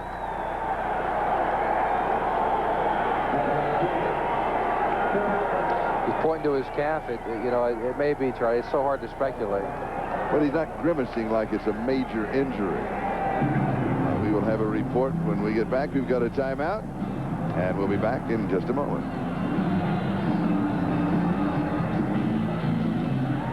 2 minutes is the time remaining in the third quarter. Miami up 24-7 over the Raiders, and from what we can best tell, it was just a leg cramp. Now, Jaworski will come in at least for one play. Otherwise, he'd have to be charged with a timeout. And that was the preliminary notice we received from the bench that it was just a leg cramp. I think all of Miami is holding its collective breath. He's just fine.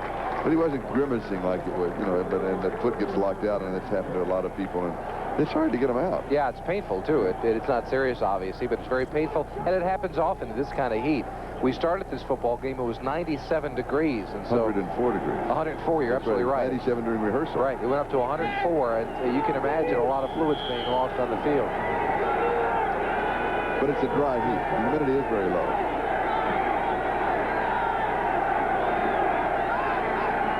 Third and 9, 7 in the secondary. And the pass just too tall. Brett Banks, the intended receiver. It'll be fourth down. And the kicking team will come in as Tim Brown will try for the second time to electrify the Raiders as we will check out San Francisco, Denver. 49ers up by 4. Phoenix comfortably in front of Pittsburgh. And New Orleans now 3 in front of San Diego. That game in the fourth quarter, the other 2 in the third. And we're in the third quarter here now with 1:45. Brown could give excellent field position to the Raiders. Good kick. He has to backpedal all the way to the 28-yard line. And is in trouble. Good coverage. Good coverage. Jackie Schiff was there, a 50-yard kick with a 5-yard return. And Los Angeles will go to work trailing 24-7 as we wind down just a little over a minute and a half left in the third quarter.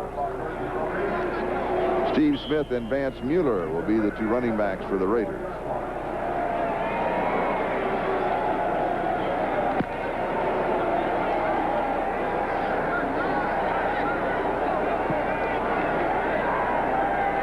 Report on Dan Marino, a bit of dehydration. They're going to ice down both of the calves.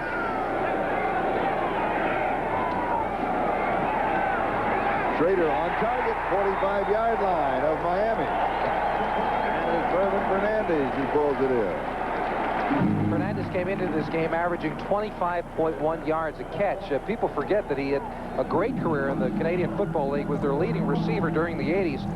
Schrader on target, and this time he's found a receiver who's going to hang on to the football, threading in between the zone. The Dolphins will keep in that zone coverage to try and force the Raiders and Schrader to throw around it. But Fernandez, big, strong, and he's on his way possibly to another 100-yard game. He has turned into their most effective receiver on the year. Picks up 21 yards and the first down, 45-yard line of Miami. Steve Smith. 5 yards to the 40. Second down and 5. And now for an update, let's go to New York and Gail Gardner. Gail? Charlie, in Phoenix, the Cardinals looking for their 4th straight win. Neil Lomax, 13 yards to J.T. Smith for Lomax's 3rd touchdown pass of the day. 31-7 Phoenix over Pittsburgh. Let's go back to Charlie and Jimmy in L.A.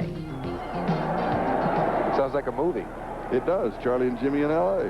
And we're waiting on Gail and her prediction of the NFC team, right? That's right, we are. That's right. Maybe it's Phoenix. No, you don't think. We'll have to ask. All right. We'll have to ask. Here's the scramble. And they're going to rule the ball dead as he hits the ground at the 35-yard line. Offerdahl was there, and this is close to the first down marker. So let's see where the officials spot the ball. And this also can change the entire complexion of this game. If the Raiders are able to score here, as you mentioned, Charlie, they'd be down by 10. If they can get it before the 4th quarter begins, that's certainly doable. Down 24-0 at the half. But if you score 14 in the 3rd quarter, then you start believing that you can get it done. Meanwhile, on that play, time has run out in the 3rd quarter, but the chains are now coming out for the measurement. And then as soon as they have the measurement and we have the results, we're going to be going away to our local stations, and it is a first down. And that is the end of the 3rd quarter. The score is 24-7 Miami, and we'll be back after these messages from your local station. This is Charlie Jones and Jimmy Cephalo. Statistics through 3 quarters there. They're becoming closer. Yeah, they got a lot closer. What's not reflected in these statistics is the fact that it's the Dolphin defense that turned 17 points and put it on the scoreboard here. Their offense has not performed as well as they would like. And the Raiders in that 3rd quarter, turned it around and statistically won the 3rd quarter, but have only put 7 points on the board thus far. Hobley with the fumble recovery in for the score, then Jarvis Williams and Don McNeil with the 2 interceptions leading the scores. Here's the reverse to Tim Brown.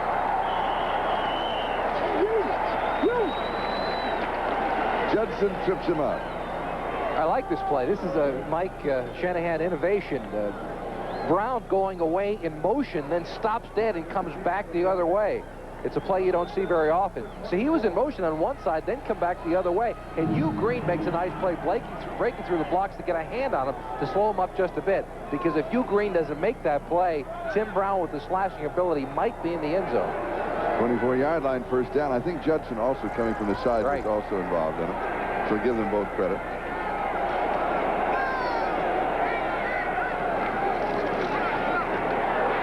This time it is all Hugh Green. That is the first sack of the ball game for the Dolphins defense. They're 15th on the year. And the Dolphins had a few people coming that time. Jarvis Williams, number 26, was coming. There you see lined up on the corner. And Hugh Green also goes running over the tackle on the inside. That's 72 Don Mosbar, who fails to get it done. And Hugh Green, it seems like he's back in form. 2nd and 16, the ball out at the 30-yard line. 3 wide receivers, Galt, Brown, and Fernandez.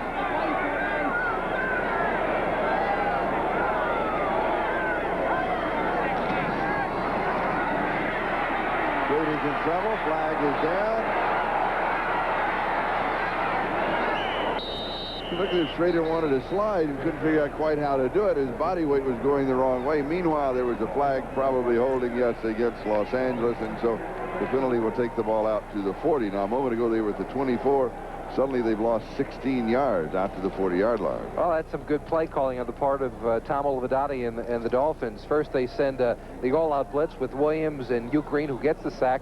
You make that offensive line nervous, and this is the result. Holding, number 60 on the offense, still 2nd down. It's on Rory Graves, the rookie free agent out of Ohio State. The ball at the 40-yard line. Rory Graves has showed some promise. He was playing with Jim Lachey at Ohio State. It's almost a takedown. Top part of your picture. There you go. It is a takedown. Yeah, that is. That's World Wrestling Federation would call it a takedown. It is second down and 26. Now at the Miami 40.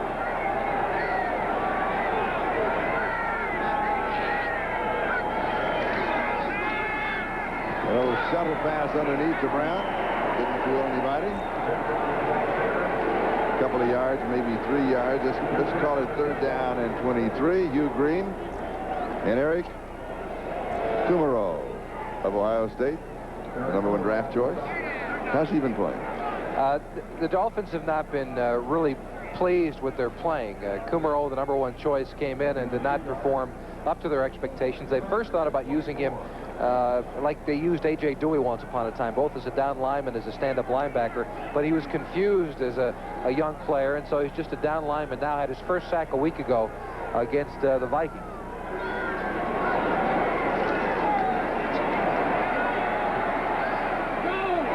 Gets a little delay out of the backfield at Steve Smith. He fumbles the ball and falls on it about the 28-yard line. He'll pick up 9. There's a flag on the play at the 31-yard line.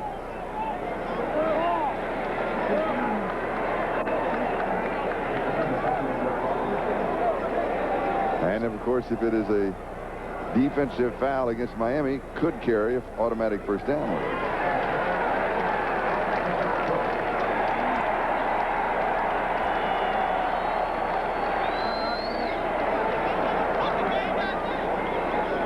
Quarterbacks always like to help out the officiating.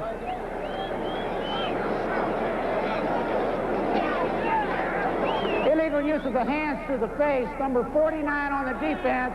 It'll be 5 yards from the previous spot and a first down. And that is William Judson's costly penalty. the second costly penalty on Justin today. They were going the other way inside the 20-yard line, had another foul that gave the Raiders an opportunity. And that's unusual for Judson. He is one of those heady players who doesn't make very many mistakes mentally or physically. He's been a top quarterback for a long time in Miami.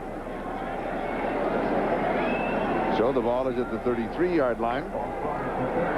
And Los Angeles has a first down. The Dolphins lead it 24-7 with 12 minutes and 10 seconds left to go in the ball game.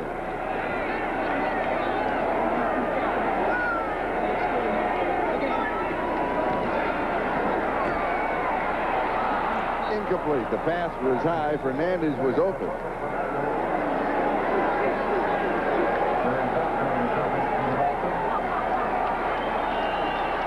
Bruce Wilkerson of the Raiders has a bicep injury. Boy, they are decimated by injuries today. A MASH unit should be set up on the corner down there. I mean, this is and you know, this is what usually happened the other way around. Every time the Dolphins would come out here and play, there was always a lot of injuries to Dolphin players. You know, this was the old typical finesse team, as the Dolphins have been, against the power of the Raiders, and it has turned dramatically here in 1988.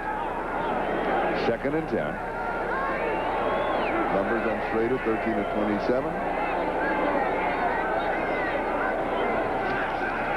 And here's the draw. Steve Smith. 23. Can be close to the first down. Let's see where they spot it.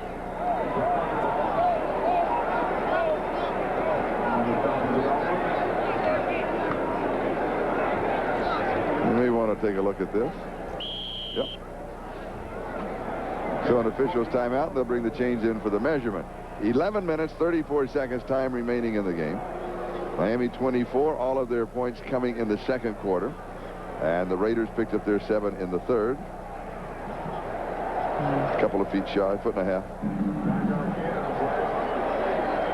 So it'll be third down. Games in progress. San Francisco in front of Denver now 13-6. That's been a close ball game. Phoenix out in front of Pittsburgh, and New Orleans now has added 3 more, and they lead San Diego by 6. But San Diego apparently playing a better game than people expected against the Saints.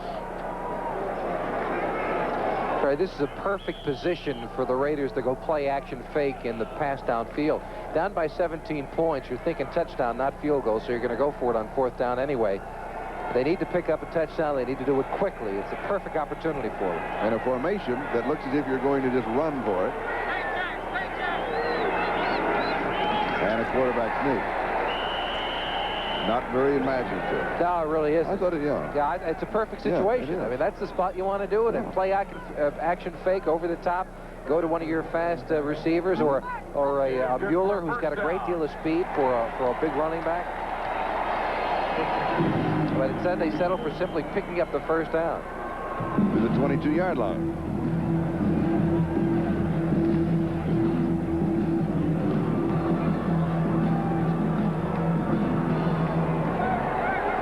Meanwhile, Renee Thompson of the Miami Dolphins has a bruised shoulder, and he is out of the ball game.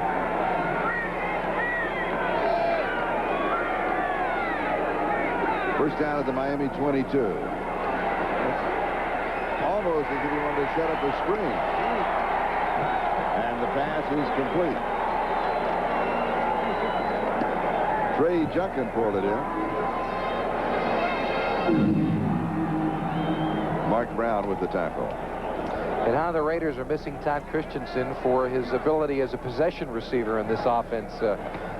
He's the man that Schrader likes to go to. All Raider quarterbacks throughout the last few years love to go to him in this kind of a situation inside the 20-yard line. But he is out with an injured knee and will not be back maybe for a couple of weeks. And we're moving on the 10-minute mark, time remaining in the game. Schrader, end zone, incomplete. Fernandez, the intended receiver. Rodney Thomas had the coverage. It'll be 3rd down and 1. Back at the 13-yard line. Two problems there. Fernandez did not run a very good pattern. When you've got man-to-man coverage down there and you're going to throw that little fade pass, the one where they lob it to the corner of the end zone, you've got to make the defensive back move in one direction or another. If you just jog toward the end zone, it doesn't work. And the Raiders have scored 51 fourth-quarter points, most in the NFL. So this has been their big quarter. Schrader, 14 of 29, 168 yards. Similar situation now. The Raiders 3rd and short have 2 opportunities to go for this. Maybe the pass here. Little play-action fake. All alone. Steve Strahan, 13 yards and a touchdown.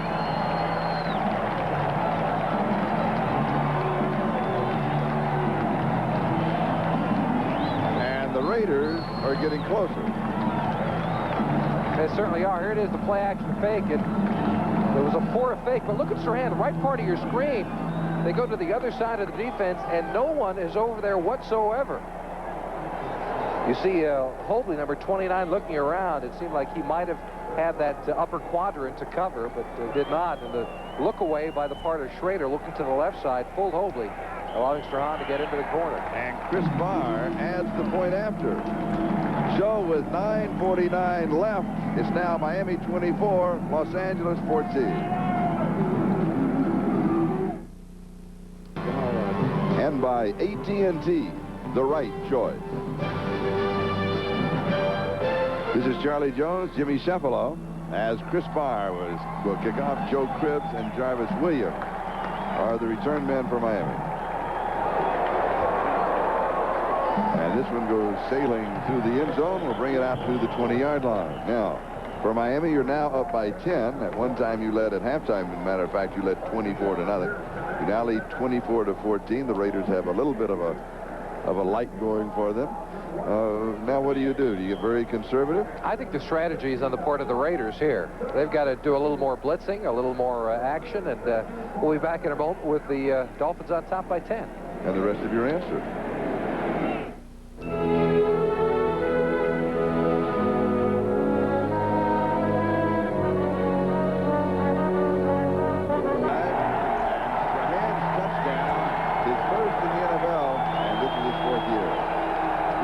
Here, 50,751 with 4,300 no-show. The score, Miami 24, Raiders 14. And this will answer your question. They come out throwing. He'll pump fake, and it is incomplete. Cooper, the intended receiver. And Mike Haynes breaks it up. I'm sorry, Marino back in the contest, so the cramp problem seems to be all right. What I was saying earlier, I think the Raiders have the strategy here. I think they've got to put more pressure on, a little more blitzing, take a little more chances, some more opportunities. We've been expecting them to go to the 4-man front. They have not. Yes, Howie Long has been injured, but I still think they got to go to the 4, try to put a little more pressure on Marino, make him make a mistake, get the football back. Only 9 minutes left in this contest. They're down by 10.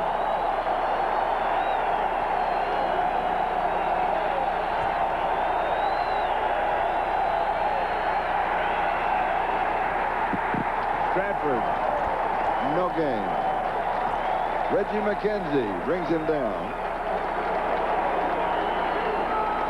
3rd down and 10 at the 20-yard line. Now, one play separates the Raiders from the football. And pretty good field position if Brown gets any kind of a return on the punt. So they have to stop them here. Yeah, and the Dolphins have got to try and throw the football, Charlie. I don't think you can be conservative at this point in the contest. They need 10 yards for a 1st down to get a drive going. They have not been 3 and out very often in this game. Is Jensen in the ballgame? Yes, he is. He's left halfback. 6 in the secondary. Jensen in the pattern. They go to him. It's incomplete. Good call, Joe. You like that? I'm kind of impressed myself. Yeah, I like it a lot. I got to tell you. And now Tim Brown will set up shop at about the 38-yard line to return the kick of Reggie Roby, who has really been kicking the ball.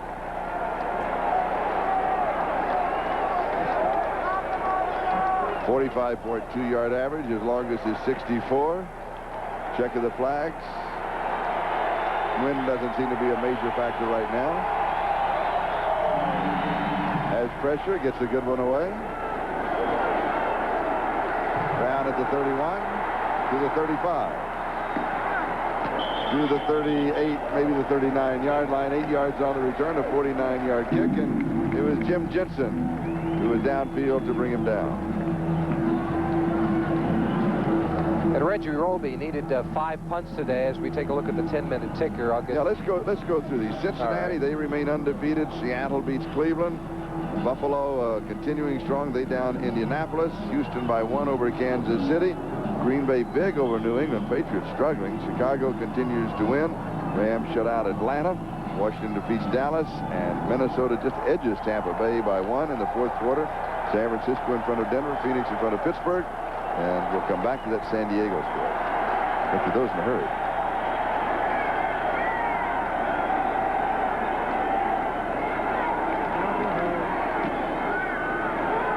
The reverse to Brown. A little late developing, but it's worked pretty well. And once again, it was Hugh Green who turned that play in and kept it from being a bigger gain. His job is to stay at home when a reverse comes his way. It's the 2nd time that Brown has taken the football on the reverse. It's the 2nd time that you did it. There he is, number 55, bottom part of your screen. The action goes away, but he doesn't react to it. He knows his job is to stay at home. He fights off number 35, Smith, and gets back into it. Allows the pursuit to come down the line and make the tackle on Tim Brown. Gain of 8, 2nd down and 2.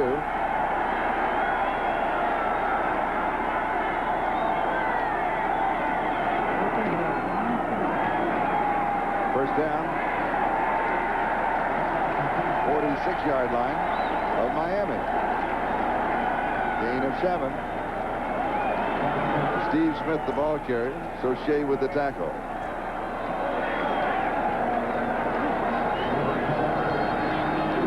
In that New Orleans-San Diego game, 23-17. Denver now has scored in the game of the 49ers, and that game is tied 13-13.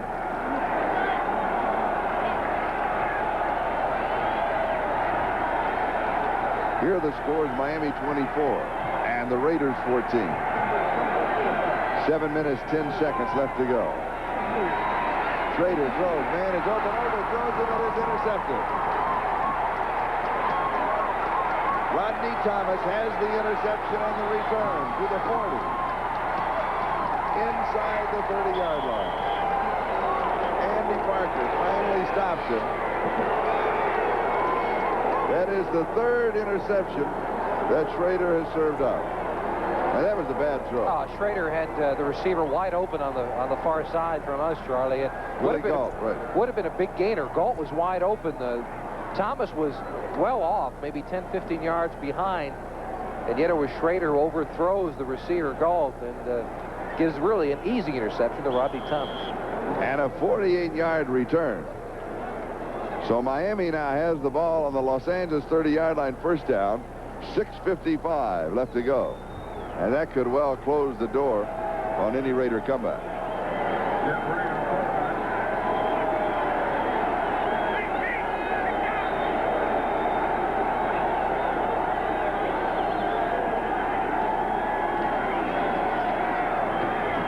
And Miami just continues to throw. Brian Kitchen, the tight end. That is their safe passing attack, though, Charlie. That quick slant by the wide receivers and the two tight ends go out into the flat. Marino throws it over and over again, and it is a high percentage pass. Like a long handoff? Right, like a long handoff. 6:50, second down and 10 at the 30-yard line. Plus, they've got to play this way. The Dolphins have to look at it that if they can get any points out of it at all, they really close the door completely on it. Next week, Miami home hosting San Diego. Here's Stratford. Raiders travel to Kansas City. Mike Haynes with the tackle.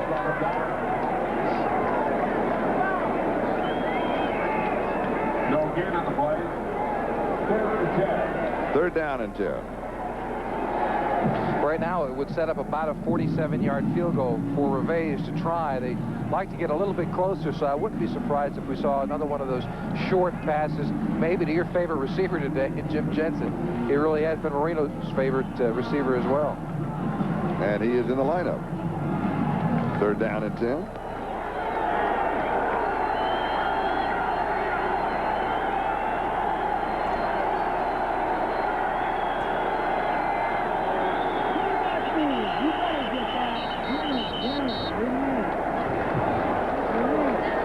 Meanwhile, I was watching Jensen. He was staying in the block that time. Delay for the offense. Still third down. And that takes them out of field goal range, Charlie. That means a 52-yard field goal, and unless the Dolphins can come up with some yardage here, that's going to be a costly mistake for them. So take the ball back to the 35-yard line, and it's third down and 15. At 5:55, time remaining in the game.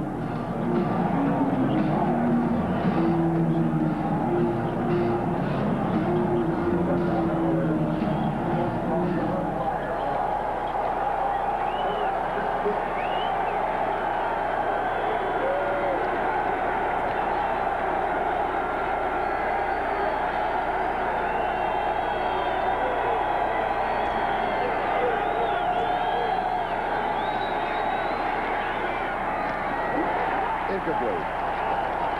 Good defensive play by Ron Fellows. Clayton, the intended receiver. It is now a final. New Orleans defeats San Diego. For another update, let's go to New York and Gail Gardner. Thank you, Charlie. At Candlestick, the Broncos with their first touchdown in 9+ quarters. John Elway, 8 yards to Vance Johnson, tying the score at 13. Let's go back to L.A. now, and Charlie and Jimmy. Thank you, Gail.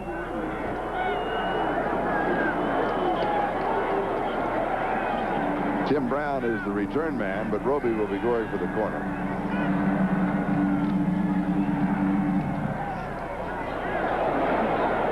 It's going to sail into the end zone. So with the touchback, we'll bring it out to the 20-yard line with 5 minutes and 12 seconds left to go. 35 yards on the kick. Miami leads it 24-14. This game is the property of the National Football League, the Los Angeles Raiders and Denver Broncos, all rights reserved. This telecast presented by authority of the National Football League, intended for the private use of our audience. Any rebroadcast, other use of this telecast without the express written consent of the Los Angeles Raiders and the National Football League is prohibited. The Raiders from the 20-yard line. Schrader's pass complete at the 26 to Vance Mueller. Hugh Green was there with the coverage. And it'll be second down and 4. And this should be a 2-minute offense on the part of the Raiders. Yes, there's 5 minutes left to go in this game, but down by 10 points. They've got to get this possession out of the way with some points or this contest is over.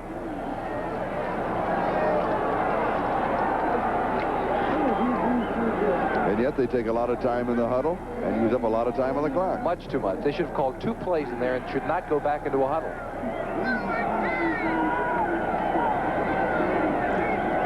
And again, using up even more time on the clock.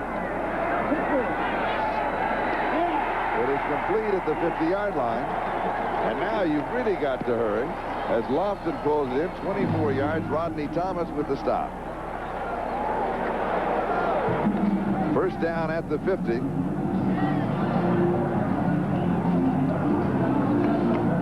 And Schrader has been really Dr. Jekyll and Mr. Hyde today. In some cases, such as that, he drops the ball inside of his zone with great accuracy. Other times, he's been high, throwing the ball over his receiver, and that's resulted in a couple of interceptions. Meanwhile, 3 minutes and 50 seconds time remaining as the clock just continues on its inexorable march to 0-0. Schrader has the man, hits him, is that Brown, ball pops loose, comes back into his arm. They're going to rule it complete, fumble recovery, Tim Brown. Judson was there for the defense, but Brown made a very good play. Program note, immediately following football coverage, will present the magical world of Disney in its entirety, except for the Mountain and Pacific time zone stations, where the program will be seen at its regular time. And Tim Brown had his arms going like, come on, let's get this thing going here. And is this a timeout? Or I think they're relooking. It's an official timeout. They're relooking that play to find out whether it indeed was a catch, a fumble and a recovery by Brown, or an incomplete. By the replay official, the play stands. First down. 3:12 time remaining, and the ball at the 24-yard line. Gain of 26 yards and a first down. Here's a look at it. This is what the officials had watched. He's got 2 feet on the ground and a catch. That is a completion. The ball comes out, and of course Brown gets it back. No question about that call. Good play by the officials. First down. Incomplete. Had a very, very late flag coming in, Charlie. After the ball was incomplete, we're going to get a hold by the Raiders, but it was a really late flag. Mueller, the intended receiver. But the Raiders very slow, and it's now 3:02 left. I mean, they've thrown away a minute and a half at least. Oh, yeah, you're absolutely right. Holding, number 73 on the offense, still first down. It's on Charlie Hanna. The Raiders got this ball with about 5 minutes left in the game. Yeah. And they've had 2 big plays to go downfield and have wasted 2 minutes of the clock. There's now 3:02 remaining. Schrader, much too lackadaisical, and Tim Brown is the rookie out there saying, come on, guys, let's get this thing going. First and 20 with the ball back now at the 34-yard line. 2 touchdown passes, 4 interceptions.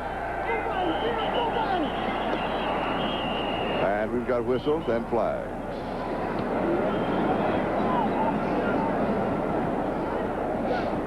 False start by the offense.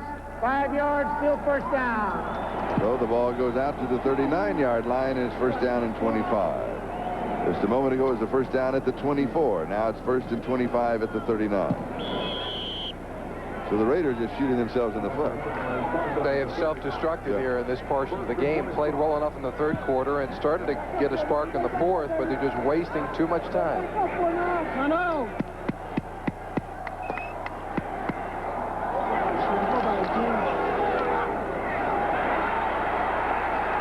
Schrader will be sacked at the 50. Kumaro got him, along with Soche. Second sack for the Dolphins. And it's going to be, let's see where they're going to mark the ball. They're going to mark it at the 49, so it's going to be second down and 35. That's Kumaro working against Don Mosbar, number 72. Nice move by the rookie going around, and that's what the Dolphins drafted him for. They expected a lot of upfield rushing, a lot of sacks. He was a surprise choice out of Ohio State. But Kumerow, out of the last 2 weeks, has a sack in each game. And Los Angeles takes a timeout. They have 2 remaining. Miami has 3, and we've got 2 minutes and 53 seconds left to go in this ball game. That's maybe the most telling stat of the Dolphin defense. A year ago, 21 for the entire year. Of course, it was the short striking season. However, after 5 games this year, they already have 16. Chance for us to thank Dennis Mnuchin, our statistician, Dan Wallace and Chuck Panama, our spotters, Andy Apodaca, our scorer, Fran Bellini, our stage manager, Jimmy Cephalo, my color announcer. Sidekick, huh? Sidekick. That's what it's come down to. Hi, partner. My sole sidekick. You've had a lot of sidekicks in your career, haven't you? Yes, I have. How many, 50? In football. I've had 50 in football. And that's just one of so many.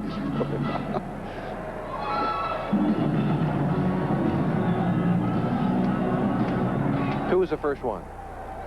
Fred Binners, the rifleman from SMU. Great quarterback.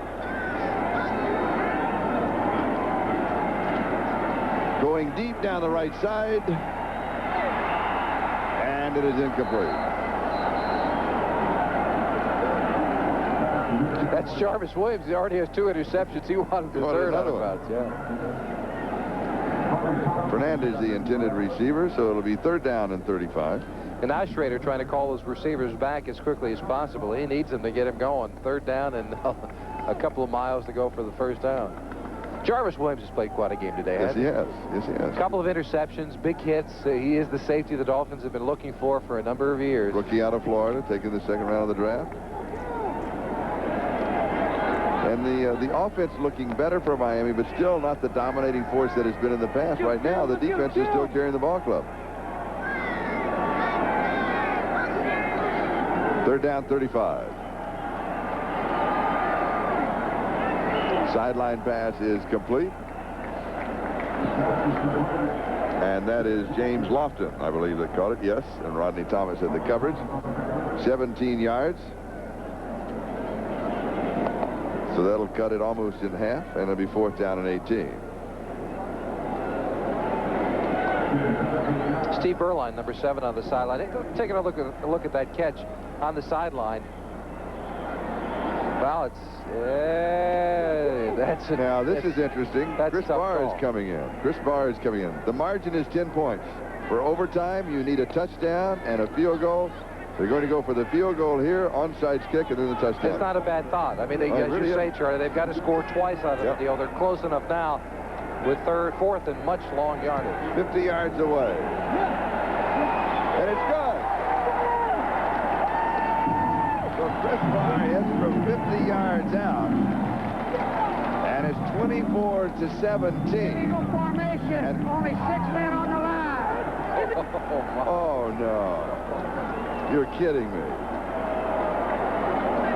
Chris Barr doesn't have many 50 You have to have 7 men on the line. That's right. That's the rule. Exactly. Well, can he kick a 55-yarder?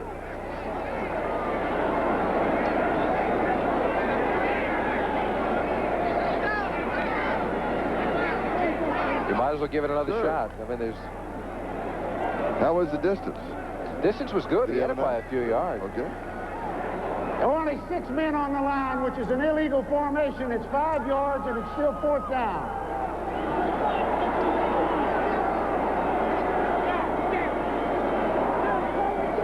Matt Millen, not a happy cadet. But the 55-yard attempt will now match his jersey number. We're reaching when we say those things, aren't we? Right for the 45-yard line. Gossett is holding. And a 55-yard attempt. And this one is blocked.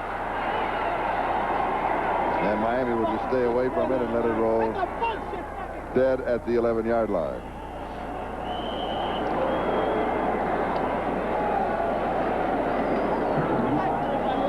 Is it Jeff Cross that got it? We believe it was Jeff Cross that got the block, but we're not 100% sure. And, of course, the field goal attempt that fails, you bring it back to the line of scrimmage if it's outside the 20-yard line. And it is, yes, Jeff Cross, the rookie from Missouri. Here's a look at it. Number 91, Cross, right in the middle. Oh, yes. Comes clean. Comes absolutely clean through the line. Got the Dolphins making a good move of staying away from the ball downfield.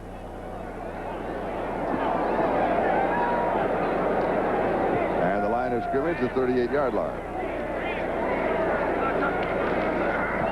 And a fumble on the snap.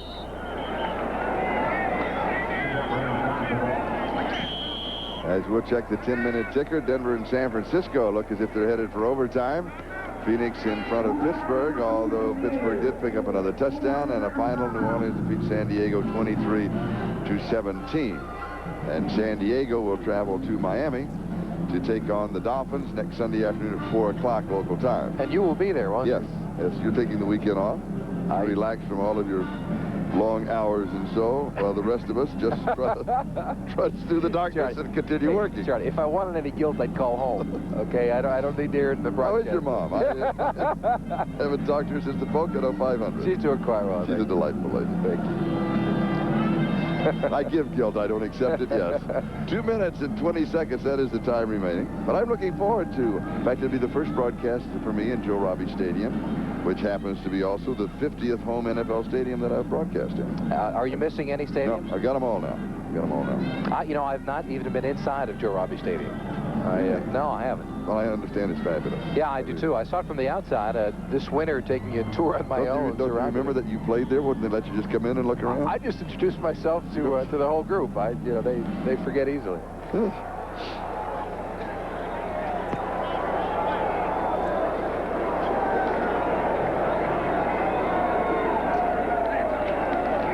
Second down. Davenport gets the call and a scramble for the football. That's Greg Townsend that's trying to pull it away. Greg Townsend was nearly close enough to take that handoff. He shot a gap and didn't get blocked by anyone. And the Raiders will stop the clock with a timeout. 2:14 left to go. Next Saturday, NBC Sports is proud to begin its coverage of autumn's premier sporting event, and actually its second premier sporting event. The first one was in Korea, and this will be the second one, the World Series.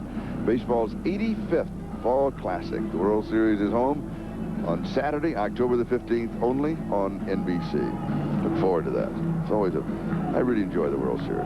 Yeah, I do too. It's interesting. I think the World Series, now, this is, I follow baseball anyway, but I think the World Series is a lot like the Olympics. I mean, you have people that watch the World Series like you watch the Olympics who are not necessarily all that interested, like in baseball, or that interested in swimming or diving, track and field. It's a happening. It's a happening. You know what it reminds me? And you're going to be there. You're going to be doing some of the coverage, I understand. Well, I'll be there for the Today Show. Right. I'll go there. And I'll be out do some working in coverage. the Don't have too tough of a time. Hinterlands. You'll be in Miami, Joe Robbie Stadium in the sunshine. Not all that bad. No, tough assignment. That's right.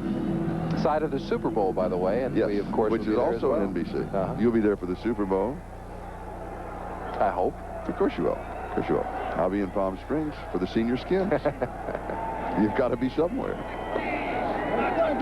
Now that we've promoted the second half of the year for NBC, Lorenzo Hampton is finally pulled down out of bounds. Yeah, but he's got to step out. He's got to fall down in that situation and hit the ground. Never mind. The yardage does not matter after you get the first down. Just stay in bounds. And he's not a happy man either. And he does have the first down. Well, it was a long way for that first down, though. He needed to pick up 15, and he did. And we have 2 minutes and 7 seconds left. The margin is 10 points. No, excuse me, the margin is 7 points. The margin is 10 points. You're right, after the Chris Barfield that was taken away because I had put that down, and now we must take it away.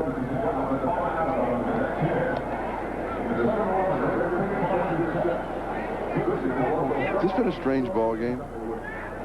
I think so. It has been. The 24 points, all the scoring in the second quarter by the Dolphins. They've been shut out in the first, third, and fourth quarters. That's unusual. The Raiders were 7 in the third and 7 in the fourth, 24. Let me tell you something about coaching. Yesterday when I went to the Raider camp, Matt Millen and a couple of the players, they were lined up in the 4-3, and I asked about it later, and they said, well, it's kind of a surprise. We're going to play a lot of it tomorrow. When I went back to see the Dolphins practice, and by the way, they practiced on the top of a garage. On the top of a garage? They had nowhere to go. Big garage or little garage? It was a big garage. They had nowhere to go because USC was playing yesterday in the Coliseum. They couldn't practice there. They were worried about traffic in the area because of that big contest. So they just had a little walkthrough. They don't do a lot of running in shorts, and they went up on the top of the garage from their hotel. But afterwards, talking to Don Shula in his hotel, he had on the blackboard one thing drawn up. It was the 4-3 defense. And he said, I think we're going to see some of this tomorrow. That's preparation on the part of the coaching staff. Had to be ready. No surprises. Be ready for everything. Absolutely.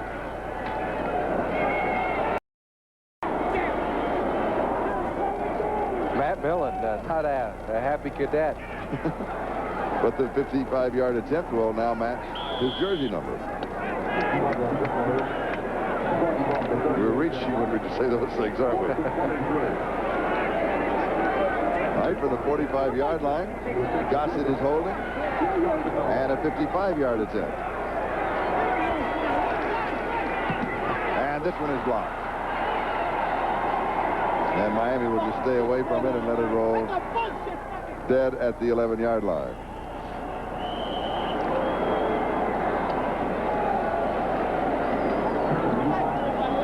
Was it Jeff Cross that got it?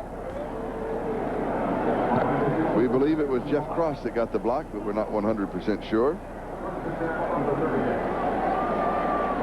And of course, the field goal attempt that fails, you bring it back to the line of scrimmage if it's outside the 20-yard line. And it is, yes, Jeff Cross, the rookie from Missouri. Here's a look at it. Number 91, Cross, right in the middle. Oh, yeah. Comes clean. Comes absolutely clean through the line. Got the Dolphins making a good move to staying away from the ball downfield.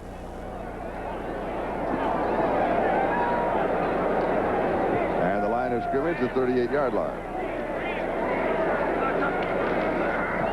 And a fumble on the snap.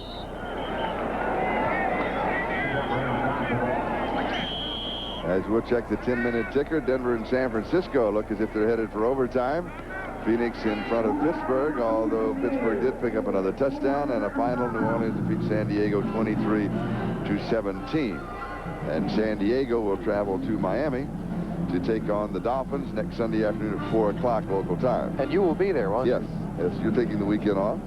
Relax from all of your long hours and so, while the rest of us just trudge through the darkness and continue working. Charlie, if I wanted any guilt, I'd call home. Okay, I don't need to hear it in the broadcast. How is your mom? I haven't talked to her since the Pocono 500. She's doing quite well. She's a delightful lady. Thank you. I give guilt. I don't accept it, yes. 2 minutes and 20 seconds, that is the time remaining. But I'm looking forward to, in fact, it'll be the first broadcast for me in Joe Robbie Stadium, which happens to be also the 50th home NFL stadium that I've broadcast in. Are you missing any stadiums? No, I got them all now. You know, I've not even been inside of Joe Robbie Stadium. No, I haven't. Well, I understand it's fabulous. Yeah, I do too. I saw it from the outside this winter, taking a tour on my own. Don't you remember that you played there? Wouldn't they let you just come in and look around? I just introduced myself to the whole group. They forget easily.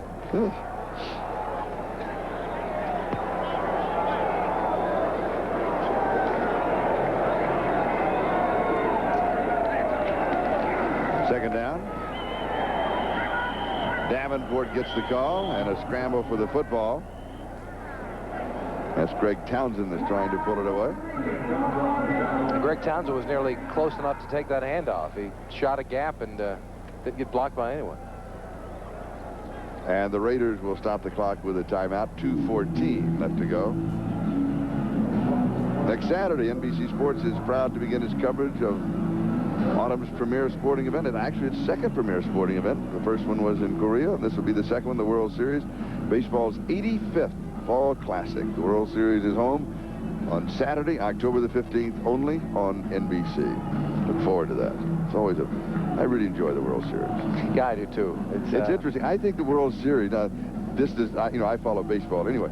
But I think the World Series is a lot like the Olympics. I mean, you have people that watch the World Series like you watch the Olympics who are not necessarily all that interested, like in baseball, or that interested in swimming or diving, track and field. It's a happening. It's a happening. You know what? It reminds And me. you're going to be there. You're going to be doing some of the coverage, I understand. Well, I'll be there for the Today Show. Right. I'll go there. And I'll be out do some working in the Don't have too tough of a time. Hinterlands. Hinterlands. You'll be in Miami at Joe Robbie Stadium in the sunshine. Not all that bad. No, tough assignment. That's right. Side of the Super Bowl, by the way, and yes, we of course which is also on NBC. You'll be there for the Super Bowl. I hope. Of course you will. Of course you will. I'll be in Palm Springs for the Senior Skins. You've got to be somewhere. Now that we've promoted the second half of the year for NBC, Lorenzo Hampton is finally pulled down out of bounds. Yeah, but he's got to step out. He's got to fall down in that situation and hit the ground. Never mind. The yardage does not matter after you get the first down. Just stay in bounds. And he's not a happy man either. And he does have the first down. Yeah, it was a long way for that first down, though. He needed to pick up 15, and he did. And we have 2 minutes and 7 seconds left. The margin is 10 points. No, excuse me, the margin is 7 points. The margin is 10 points. You're right, after the Chris Barfield that was taken away because I had put that down, and now we must take it away.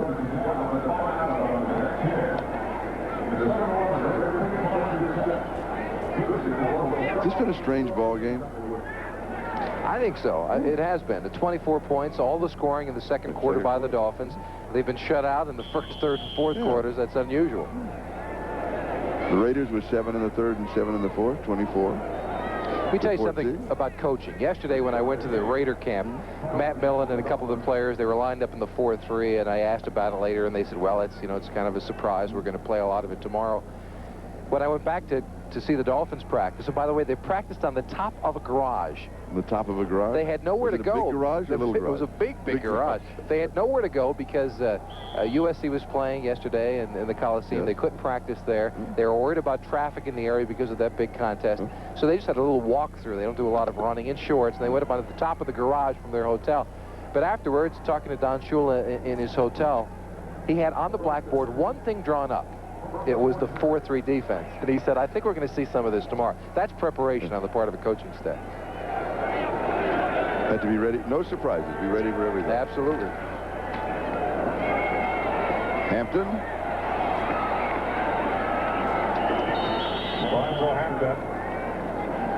And that'll take us down to the 2-minute warning. So we'll take a timeout. Miami 24, Los Angeles 14. Back in a moment. Charlie Jones, Jimmy Cephalo, officially 1 minute and 59 seconds left to go. And a report card on the Miami Dolphins. Reno, 14 of 36, 175 yards. Stratford, 39 yards rushing. Clayton, 6 for 86. Jarvis Williams, 2 interceptions, 2 of the 4. Rodney Thomas has 1. Don McNeil also has 1. And now we're going to run the clock down as much as possible. As the Raiders are out of timeouts. And there's that big 45-second clock now as opposed to the 30. There's the Raider report card. Schrader with 4 interceptions on the day. That wipes out his 254 yards passing, certainly. Team rushing only 78 yards. They missed Marcus Allen, unable to play in this ball game. I think all of Fernandez's receiving yards came in the second half, did it not? In that third quarter, he had a big third quarter. I believe you're right. Fernandez, probably the most productive Raider receiver they've had this year.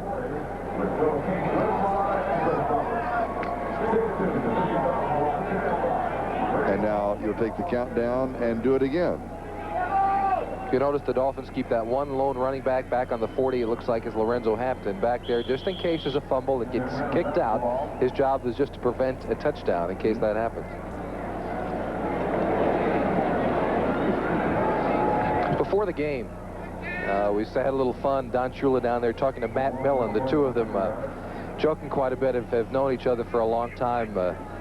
Matt Millen, and as we look at our Budweiser player of the game, Jarvis Williams, number 26, with 2 interceptions. And Budweiser will make a contribution to the United Way. on behalf of all the MVPs selected in today's game. So the Most Valuable Player Award sponsored by Budweiser, Jarvis Williams. So congratulations. Now with the countdown, 23 seconds in down, they may just take it all the way down until they run out of time. And that'll stop the clock. Oh, they're going to take a timeout. No, they're going to get called for a delay of game. Delay the offense. And while we regroup here, we'll go away for just a moment, and we will return. That's a promise. Reggie Roby with the punt. Tim Brown wanted it to go into the end zone, and he gets off another good one. It's 55 yards, but look what happens at the end of it. You would think it would go into the end zone. No, it does a right-hand turn, and it goes out of bounds at the 6-yard line, and we have still 5 seconds left. When things are going right, they're going right. We now have a final in on the Pittsburgh-Phoenix game, and it is the Phoenix Cardinals 31, Pittsburgh 14. That's now final. And the last gasp effort. The 3-deep secondary is out near midfield.